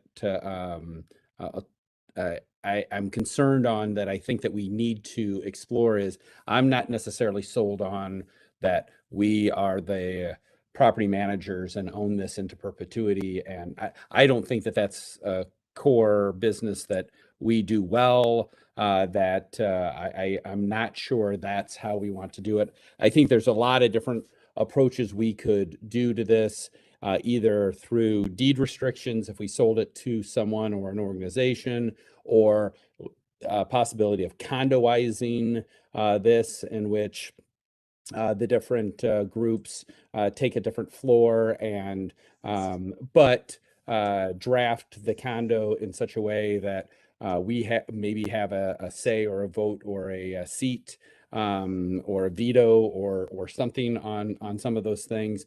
I just my concern is that our core competency is not being a property manager and owning property and those sorts of things. The idea was that we'd have this for a period of time until bridge came down, until we were able to develop in a certain way and find the right partner to develop it. Plus, if we own it, clearly there's zero property tax an increment or anything off of it. And so I really want to, if at all possible, avoid us being the property manager of this. But I certainly think that we can be creative and still have a say in the long-term use of the building. Thank you. Other comments, ideas, concerns? Mr. Timian? Thank you, Your Honor.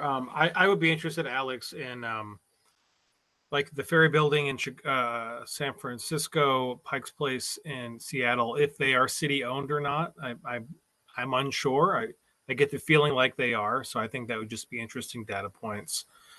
I am a big proponent of the public market, especially in conjunction with the Great Basin Park, because now this isn't just shopping, it is experiential.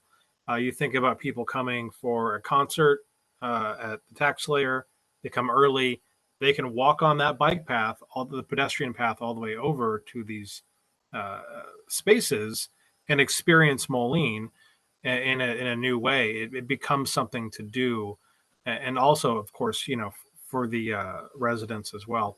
I love the idea of the ballet at the top and the restaurant. I think that these are all great proposals, and pending feasibility, you have my endorsement to move forward with all of them. Thank you. Anyone else? Not seeing hands. Can we get, yes, Mr. Right here? Macias. Mr. Macias. Oh, thank you, Your Honor. I do have a question. So would we look for a partner to redevelop the whole thing based on this criteria? This is what we want, all these things? Or would we develop to an extent so that they can get these things going? How would that work? I'm just curious. I think that's a great question, Alderman Macias. So I think your feasibility study would tell you whether or not you would have private development interest. So Alderman Went mentioned deed restrictions. You know, could you actually do that? You know, would that be a deterrent from somebody actually buying the building? And so therefore it would be enough to say, no, we don't want to do that. So I think your feasibility study would cover exactly that. You know, how do you get there? And it would tell you if you can't get there and you're not willing to own the building, then you're probably looking at a different scenario than arts-based uses. So I think your feasibility study will test the parameters of what that will be. And then, you know, that would come back to you, obviously, for does that meet with, you know, your expectations in terms of from a policy, is that something you want to support? So I think your feasibility study will answer that question. Okay, thank you. And one quick follow-up. Does this have an elevator, this building, a working elevator? It has a freight elevator that is Freight, okay. not very much of it is working, but the elevator shaft itself is there. Okay, thank you. Yeah, we would need an elevator from Tony. Maybe they donated. Thank you, Mr. Moyer. Thank you. I've been around for the discussions, and I love the way this is coming together. I love everything that was shared about it. I would say, as far as owning the building, Pike's Place Market and others, what they often do, the city charters a nonprofit to own it and to run it, and that's probably the way to go. I agree. We should go with the feasibility, and I would just echo everything that the mayor said earlier. I think this is an entry point to the city. It should be a place where the entire public can take part in the things that happen there, whether it's purchasing on the main floor or visiting art on other floors. I love it, and I'd like to see it move forward. Thank you. Do we have any naysayers on this topic? That is not a bad word. It's assessing where we're at. All right, so the assumption is for our friends from Renew, please do go ahead and look at that feasibility study, that arts-based uses make sense to us. And we still have the question mark of whether the city will really be involved with running the place or not. That's to be determined. Thank you. All right, holy cow. We are to the quote cul-de-sac properties. Yes, Mayor. So just Potential public spaces, sorry. We are at 66 of 84 slides, so I do believe that we could be done by 8:30, just in terms of the rate we've been going. So if you want me to continue, I certainly can. Council? Thumbs up for continuing? Yeah? Okay. Let's go. Great, thank you. So the last of the public spaces that we will talk about, potential public spaces, are what we used to call the cul-de-sacs. But since then, we discovered that 21st Street used to be called Spring Street. So we're loosely calling this the Spring Street Parks. But this is the potential to create public spaces in areas that would have been paved. And so these cul-de-sacs were proposed by IDOT as part of the improvements they would have left. Alderman Went was instrumental in trying to create alternatives to this, because really from an urban design standpoint, this just doesn't do anything for your city. 21st Street had to be closed because of its proximity to this intersection. And so the only way to offer, fire access and turnaround for the residents that were remaining here was to do these cul-de-sacs. But there were some options that were negotiated in terms of a property acquisition, as well as some different access points that eliminated the need for these two cul-de-sacs. So now you have an opportunity. So here are the old cul-de-sacs. Here is what is ostensibly the oldest house in Moline, sitting in front of a very large area that could become available. This is the southern between 6th and 7th Avenue. That's what this is showing. And then this is the northern one, which you can see is quite a bit skinnier. It does include most of the old street, which you can kind of see in shadow here. But this is also, I just want to point out, this would also be the access that we were talking about earlier to the skate park. So if you were to walk this way and go underneath the bridge to the left here, that would be your access to the skate park. So we think from a public space standpoint, this has real potential. Also, the couple of times that I've been there and when I went out to take the pictures for ULI of this particular area, there was more than one time that I saw people, and perhaps this very family, crossing this street. So as we look at the potential for public space here, I think you'd also want to look at traffic safety, especially in light of people getting on and off of freeway exits, and making sure that the folks feel safe. But this is the, this C parcel, which is shown on one of the IDOT disposal maps, is in fact this one. And so you have the opportunity to do a potentially public space here.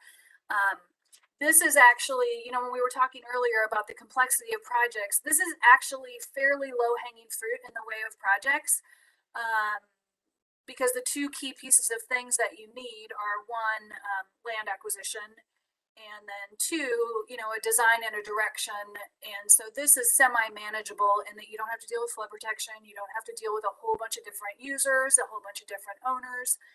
So this, we think, has the potential to create some public spaces. You could also potentially carve off a small piece and have either a permanent kiosk or someplace where you could rent chessboards and go out, or not rent, but like a library, you could check out a chessboard and go sit on a bench and play chess outside or whatever, or have life-size chess pieces. But this, we think, has the potential to be something that the council could move forward on in the near term. So we were just asking if you wanted to pursue a public open space in these areas, and then what types of activities should be included. So this would be, as I said, sort of fairly low-hanging fruit in that you could explore what uses you wanted to see happen there, what the cost of creating those uses are, and then what is the condition of the property and how would you obtain that. So those were the questions that we wanted to pose to you about this particular site.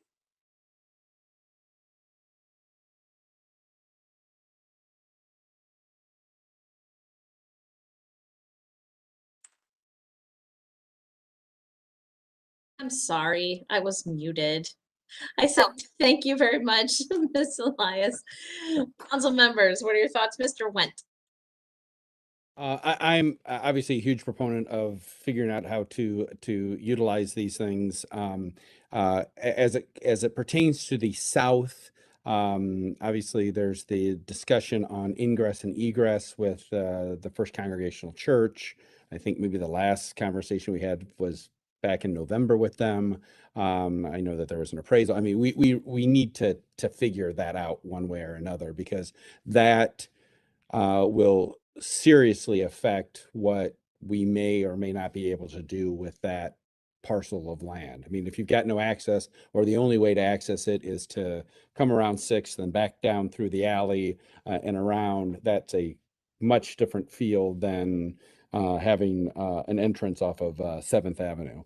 And to that point, Alex, just so you're aware, a couple of weeks ago, we gave approval to staff to apply for a grant for a complete rebuild of 7th Avenue.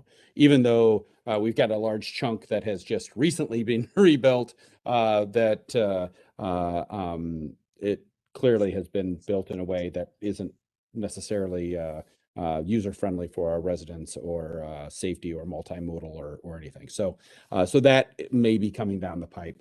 So I am all for us directing staff to find solutions on, especially on that south, how to utilize that, get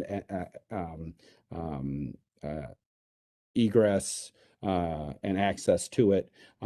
As far as on the north side, I think we're a little bit more limited to what we can do. I know that there was some talk about putting some shadow conduit to make sure we've got some electrical and those sorts of things, because I think we had some real discussions about having some art, because coming down, that exit comes down, drops off at 6th. If you're exiting there, those are two gateways to the city of Moline, and having some art there that's lit, that can make a statement, I think, really is important. And what that looks like, I have no idea. But between the parks and some art, we really need to. And if that means that we need to have a consultant come in to do it, I think that it'd be money well spent. Thank you. Other aldermen? Thoughts on this, Mr. Timian? I'm just looking at the map. Thank you, Your Honor. I'm looking at the map, and the section to the north. Could that be parking for the skate park? I'm just in lieu of a park. I'm looking at, since it is an entrance to the skate park, or do we have adequate parking in other sections? You have plenty. Plenty? You have plenty. Okay. Yeah. Thank you. I would definitely echo then, obviously, with the apartment buildings to the south a little bit, adequate crosswalks, 100% a big fan of right there. And even, further south across 7th Avenue, there's quite a bit. Yes, Mr. O'Brien. Thank you, Your Honor. The proximity of this place, I mean, tagging on to what Alderman Went said, the access is not really super great there. I feel like you could partner probably with historic preservation and putting some kind of garden, like a green space there to tag on to the old, apparently it's the oldest house in Moline. We don't know. There might be older, but that one's laid a pretty solid claim to that. If you could put some, like maybe a Victorian garden there and maybe even some artwork in that space there, because I don't think there's a lot of green space around there, is there? We could use some green space downtown and maybe, have a sculpture of a plow or something there. I mean, as to create a sense of space, would we talk about a sense of space or Well, placemaking. thank you. There Thank you you. go. I would wanted to say that when I look at that picture of the Wilson House and the land next to it where your cursors are, it's just so wide open. And I always think, when I've gone across the country visiting places with our children and stopping at parks, I can't believe how much lack of shade there is, because we can build these parks and then there's no shade and it's just hot coming from whatever, cement is there, whether it's like walking paths or not. I really think we need to look at the balance of the landscaping in a park like this, because it's wide open. There aren't even tall buildings that provide any kind of shade around there. And I think it's a piece of the concept that could easily get overlooked as we're thinking about all the other things that could be really cool and special about that place. And I want it to be a place people actually engage with. And it's a lot easier to do that when you're not baking in downtown cement. Yeah. So, Mayor? yes, Mr. Vitas. What I might suggest, because, I've walked that area with Alex and it does present some unique challenges. I think pedestrian crossing is first and foremost for the properties to the south, not so much the properties to the east who have access to it. Because the crosswalk itself is not adjacent to this piece of property. You have to literally cross the street underneath the bridge structure. That's where the crosswalk was placed by IDOT. So it does present, access issues. Hence, I think Alderman Went, you bring up the issue of parking adjoining the Congregational church property. And we won't get into, numbers on that right now because but I think the parking does present an issue. I think it has to be accessible. I think we planned on having Fifth Avenue and having a walking trail extend around the bridge and underneath the bridge to get to this location. So that slide. Thank you. Any further comments from councilmen about this idea? We are giving a thumbs up to continuing to pursue this. Thank you very much. I see most, if not all. Yes. All right, Alex, next slides, please, are one of our last sections. We're getting there. The 19th Street corridor isn't one that I'll talk about in any detail, except to say that this really emerges as a really great opportunity for you, both because you have a new bike path and streetscape that's been done, the design by Sam Schwartz Engineering, and then that there are on both sides of the street, there are potential redevelopment sites. So with the Spotlight Theater as the anchor on the south end, and the potential for other interesting arts-based activities at the north end through Spiegel, potentially, we think this really has a lot of potential. This is an image that just came from the different options that Sam Schwartz looked at when they were selecting the final location for the proposed bike path, which is your river-to-river connection, and has been since much further designed. I think Sam Schwartz did a really great job on this. So we just wanted to include that as one of the projects that's in this area and ongoing. No decisions necessarily need to be made here because you have the contract for design under separate activities. And then, you know, Bob was talking a moment ago about how the cul-de-sacs and how the pedestrian circulation relates. This is just my very primitive and crude attempt to describe movement of pedestrians trying to get east of the bridge to the skate park from Fifth Avenue. So if you're walking down Fifth Avenue you just bought your new skateboard and you want to walk over to the park, you would go this direction. And so since Fifth Avenue terminates, you can't cross under there anymore. So as we start to work on things like the master plan that Bob talked about, like the form-based code, these public connections and how people are moving become critically important. So I just wanted to plant that seed with you. I'll also say at this point that if you haven't had a chance, and when the weather gets a little bit nicer, I would really encourage you just to walk around. A lot of these places are accessible. They're not fenced off yet.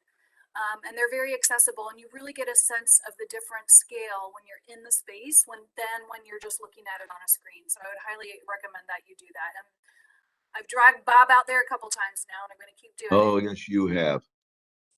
All weather conditions. Yep. So as we talk about the redevelopment area master plan, I wanted to just plant a seed with all of you again. And this is something that I have been thinking about for the whole 3.5 years.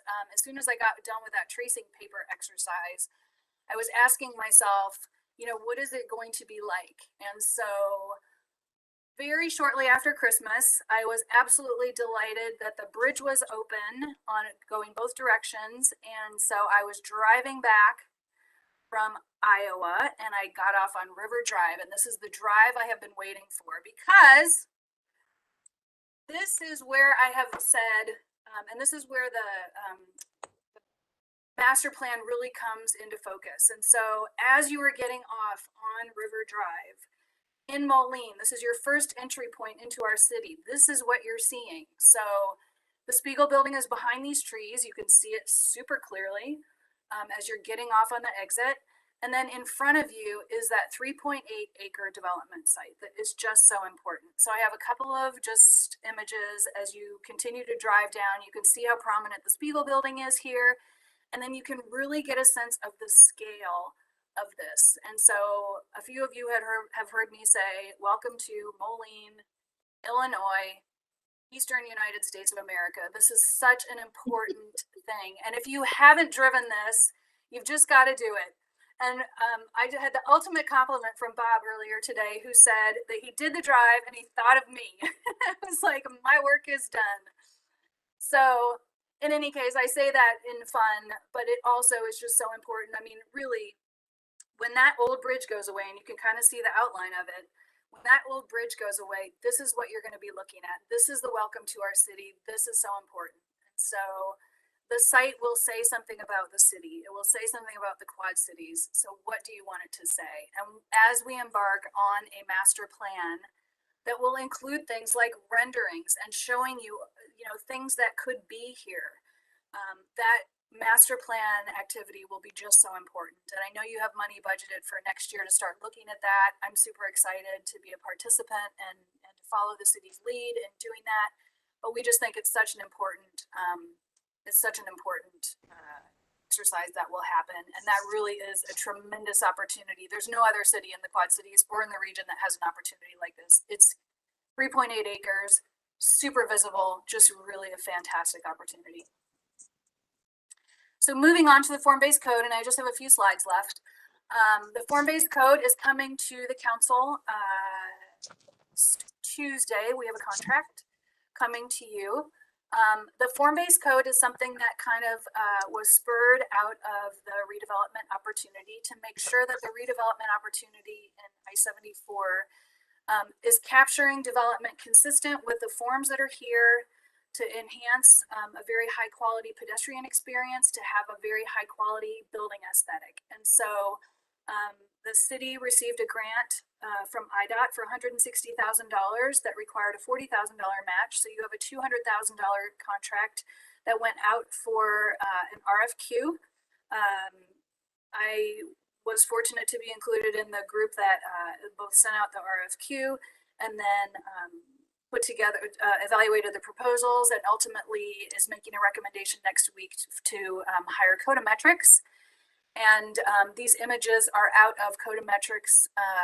The interaction that we had with them, we asked them for some supplemental information to find out, you know, how the buildings that came up out of the ground under their form-based code, what did those look like? And so they showed us these images, and I think Bob and I both would agree, and Charles as well, that, you know, the building articulation, the balconies, the way it meets the street, these are all very thoughtful designs. And that's what form-based code is all about, is that your human experience at the street level is positive, that your massing is consistent with other parts of the city, and that you have a beautiful aesthetic as well. This is another image that they gave to us. They talked about cantilevering buildings over, you know, to kind of create just a more interesting articulation. This is obviously the back of the building because it's facing a railroad track, but they even tried to make that interesting. So you can see that the emphasis is on public space here. But that contract will be coming to you with a recommendation to hire Codometrics, and they will begin their public outreach to just start to gauge and do their investigation into downtown Moline to see what that should look like. And then it's about a year for them to draft the ordinance and be back to you. So again, we think that's a really great opportunity for the city. And then we're not going to spend a lot of time on the private development opportunities. I will just say that ULI gave some ideas for these two sites, but a lot of them won't be right because the disposal schedule from IDOT is varied. And right now they have some different options for how they get rid of property. Anything that is an A property or a B property, Deere is either getting outright or they'll have a right of first refusal on.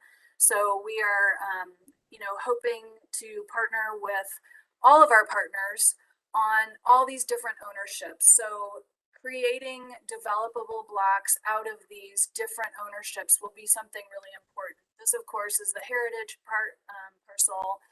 You can see that anything that's in this orange color, the heritage Bridgepoint folks own. So coordinating with them on a vision that would include addressing things like flood protection, their need for parking, and then how the ultimate goal of the city is to develop a riverfront park in this area. This is, you know, this is private property, so that private development sites will be really important. So this is the very large site that's at the foot of the bridge when you come off, as I was just showing you and I got very excited about. But as you can see, Deere owns some of it, the city owns some of it, so assembling this will be very important. This is probably a little longer term project because Deere is using those surface lots for their building right here. But there's a lot to do as we start to think about future development sites. So this is my last slide.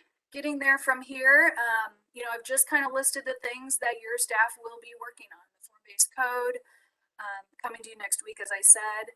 The individual projects that you have discussed today and given a green light on, I'll be working with Bob to sort of assess just the basic terms of what needs to be done in terms of a work plan, and then, you know, a budget and a timeline and all of those things.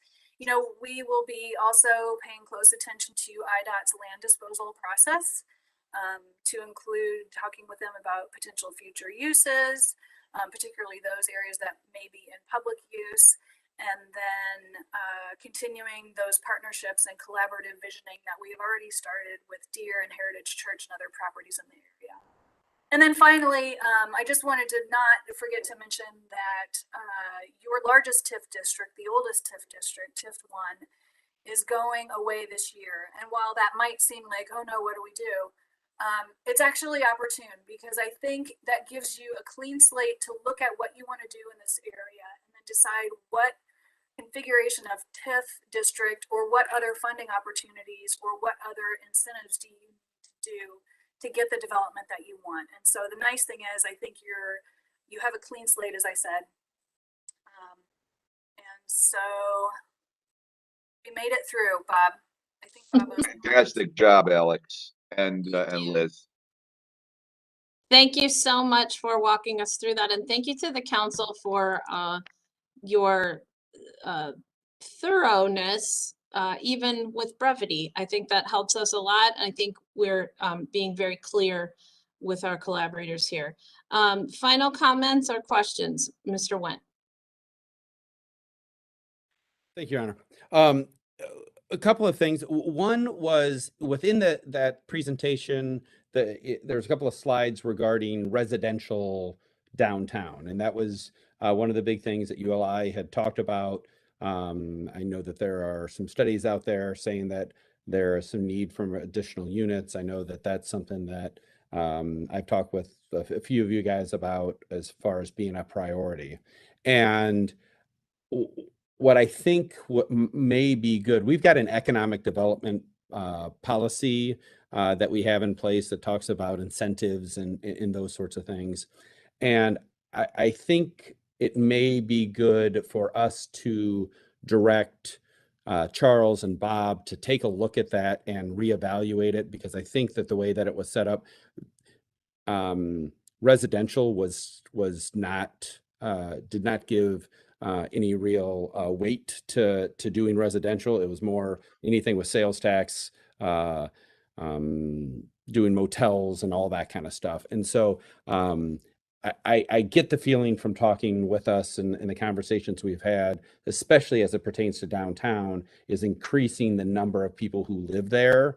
And so I'd really like for us to direct staff to take a look at that economic development policy and come back to us with their thoughts on that or any other approaches we can get. Now, the economic development policy also works for the entire city, but as it pertains to downtown, maybe some additional incentives as it pertains to the residential, because I mean, there's some weird things in it, like there's a cap on what incentives can be at and those sorts of things. And, you know, certainly if, you know, somebody came in with 400 units downtown with the most amazing development, we'd probably figure out a way to make it work. And so I'd like for us to move in that direction. Thank you for that. I believe, Mr. Vitas, if you could check that inquiry and marry it with the comprehensive code updates and the work you're doing with Renew, that's probably going to be the most efficient way to get that information back to us. Yeah, I change around the comprehensive code review to make sure this gets addressed at the right time. That's a good thing for us to do. Yeah, I would concur with both you and Alderman Wendt's comments on this, and I would emphasize that, you know, again, you do have an economic incentive policy. I don't know how old it is. We will look at that. And while we're looking at it in terms of I-74, we'll also take a look at it to see how it stacks up in terms of our neighbors around us, because there are competing interests here, obviously, on the Iowa side and the Illinois side, and take a look at what their incentive policies are, so that we can at least come back with something that would rationally address our need for residential development in the downtown area, both market rate and otherwise, as well as other things that we would like to see. Thank Yeah, you. more than happy. Mr. Wendt, did you have any other questions?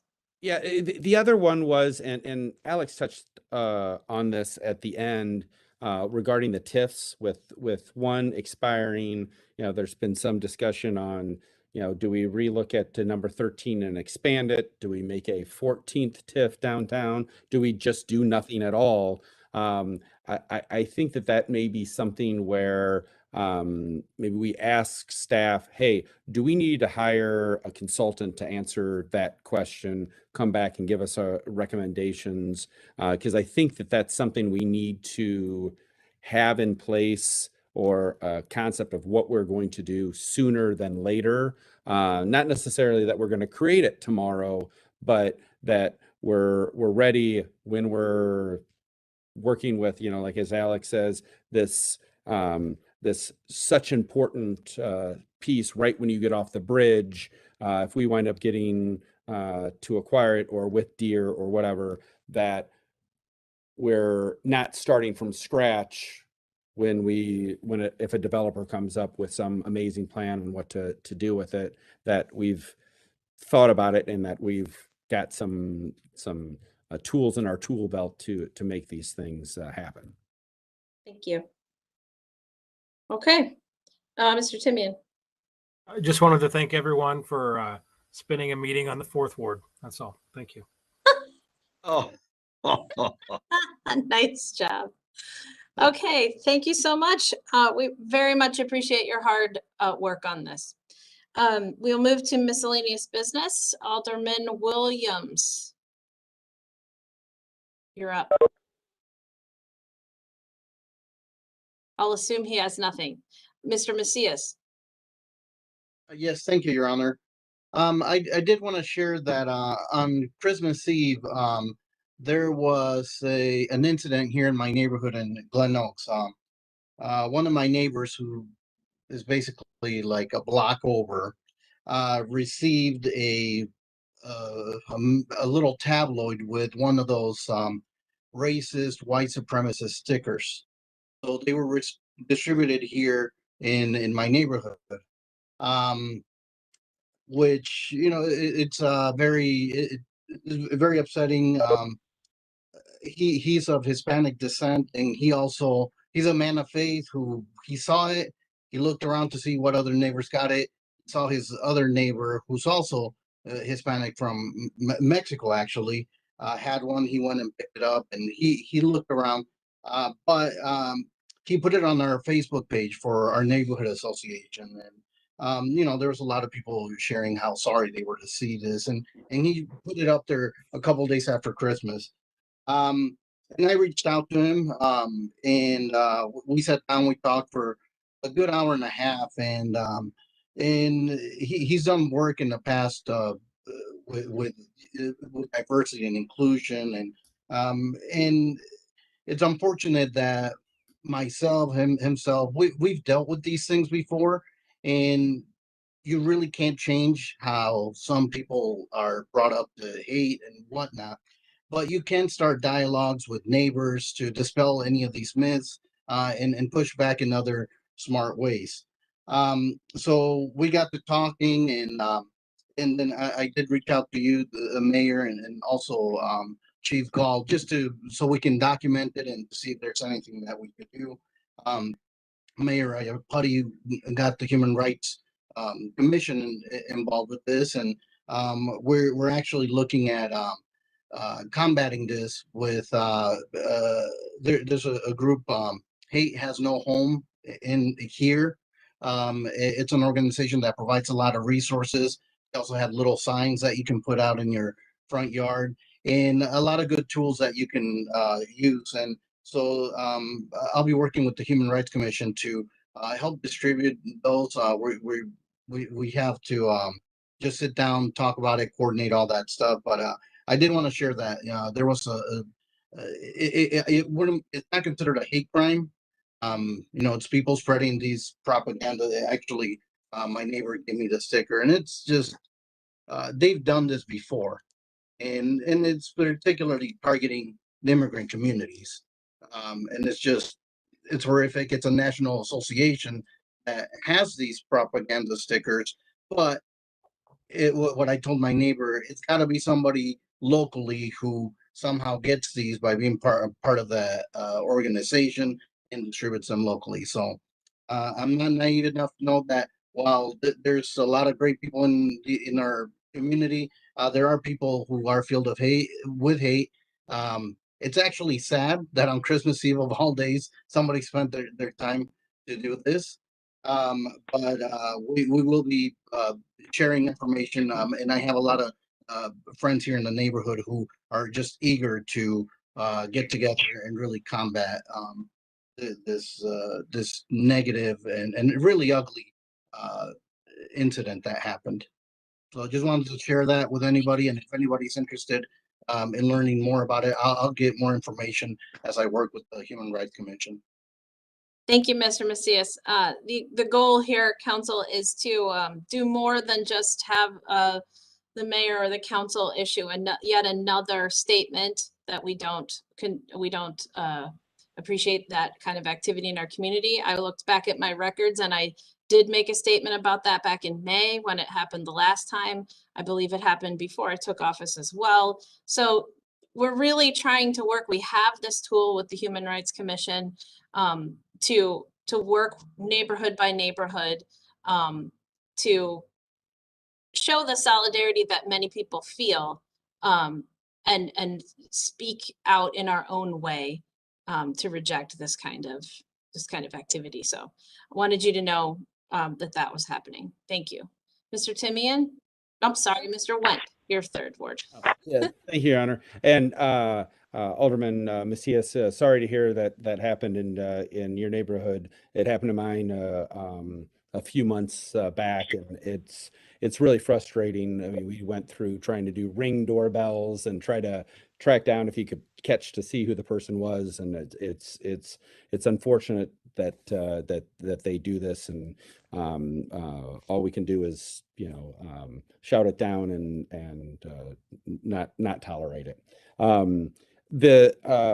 I would like to bring back up a while back we had a discussion regarding that single serve liquor, and we had some discussions on it, and it wound up getting, I think a lot of us agreed this thing needs to get tweaked or changed, but it wound up getting tabled, so we actually didn't fix, I think, the issue. And so I had some conversations with staff and different things, and all I'd like to do is maybe within the direct staff that within the next month for them to come back with a geographic boundary of how it is or where it needs to be implemented, because the conversation was it's really only in our densely populated downtown area, and that it's only for places that are under 10,000 square feet, like the large places that sell alcohol. They haven't had any issues at that. And so I'd like for us to direct staff to bring that back, because I think it's time that we figure out a way to put this thing to bed, because it is a complaint I get quite often that when it's being utilized when it doesn't need to in certain areas. Thank you, Mr. Wendt. Is there, Madam Clerk, can you tell us when the Chapter 4 Comprehensive Code update is? Would it align with about a month or two that Mr. Wendt has talked about? I can't, I'm sitting at my desk and I don't have the schedule handy. Yep, it is scheduled for February 15th. Okay, that's perfect. So Yep. it's on its way. Thank you, Mr. Wendt. Anything further in miscellaneous? No? All right, Mr. Timian. Nothing, Your Honor. Thank you. Thank you. Mr. Moyer. Nothing, Your Honor. Mr. O'Brien. Thank you, Your Honor. I'd just like to kudos to the Public Works Department. I've had very little complaints at all about snow removal this year, and I think they're doing a good job, at least from what I've seen. Compared to years ago, I was over in the second ward, and we had some snow plows to buy back then. But I think whatever we've got going at Public Works, it's working, and it looks like we bought enough salt, because there's certainly enough salt on the street where I live anyway. So that's all I have. Thank you. Mr. Waldron? Nothing, Your Honor. Thank you. Mr. Schmidt? Yes, Your Honor. I just wanted to share that on let's see, January 9th was the first day that the library was open for Sunday hours. And that was something that happened, and we got reported at last week's library board meeting that we had 59 visitors who checked out 125 items. So there was some good utilization, and staff at the library had reported that there was a lot of regulars were in, but they also saw people that they didn't necessarily recognize, which I think is good and shows that's working. Then this past weekend, for the second week, we had 86 visitors who checked out 168 items. So I just wanted to share that and let people know that that was happening, that people are using it, and we'll continue to see what those numbers look like, but it's a strong start and something I'm happy to see. Thank you. And when it comes to me, I just wanted to let the council know that I have requested, I believe through the clerk, some reports from our committees so that I can share with you what they've been working on. I've received, I think, 2 so far, but I wanted to try to get that here, at the transition from last year to this year. And so you can anticipate some of that coming forward. There is also, of course, minutes available for some of the committees online, so you can catch up with what's going on there. But I wanted to let you know we're working toward getting you reports. Mr. Vitas, anything from you? You're muted. Sorry about that. Just real quick, we've got some good movement happening on all of our recruitments, working with the executive recruiters for the city engineer, for the public works director, as well as for the assistant city administrator. Yeah, we're advancing all of those nicely. Our goal is to try and get all of those positions filled by the 1st of May, thereabouts. Don't hold me to that exact date, right around there. Take a couple months to get this process done, but we are moving forward nicely, and recruiting is going well citywide. So, Just to be clear, you said assistant city administrator, right? Not yes, I city. did.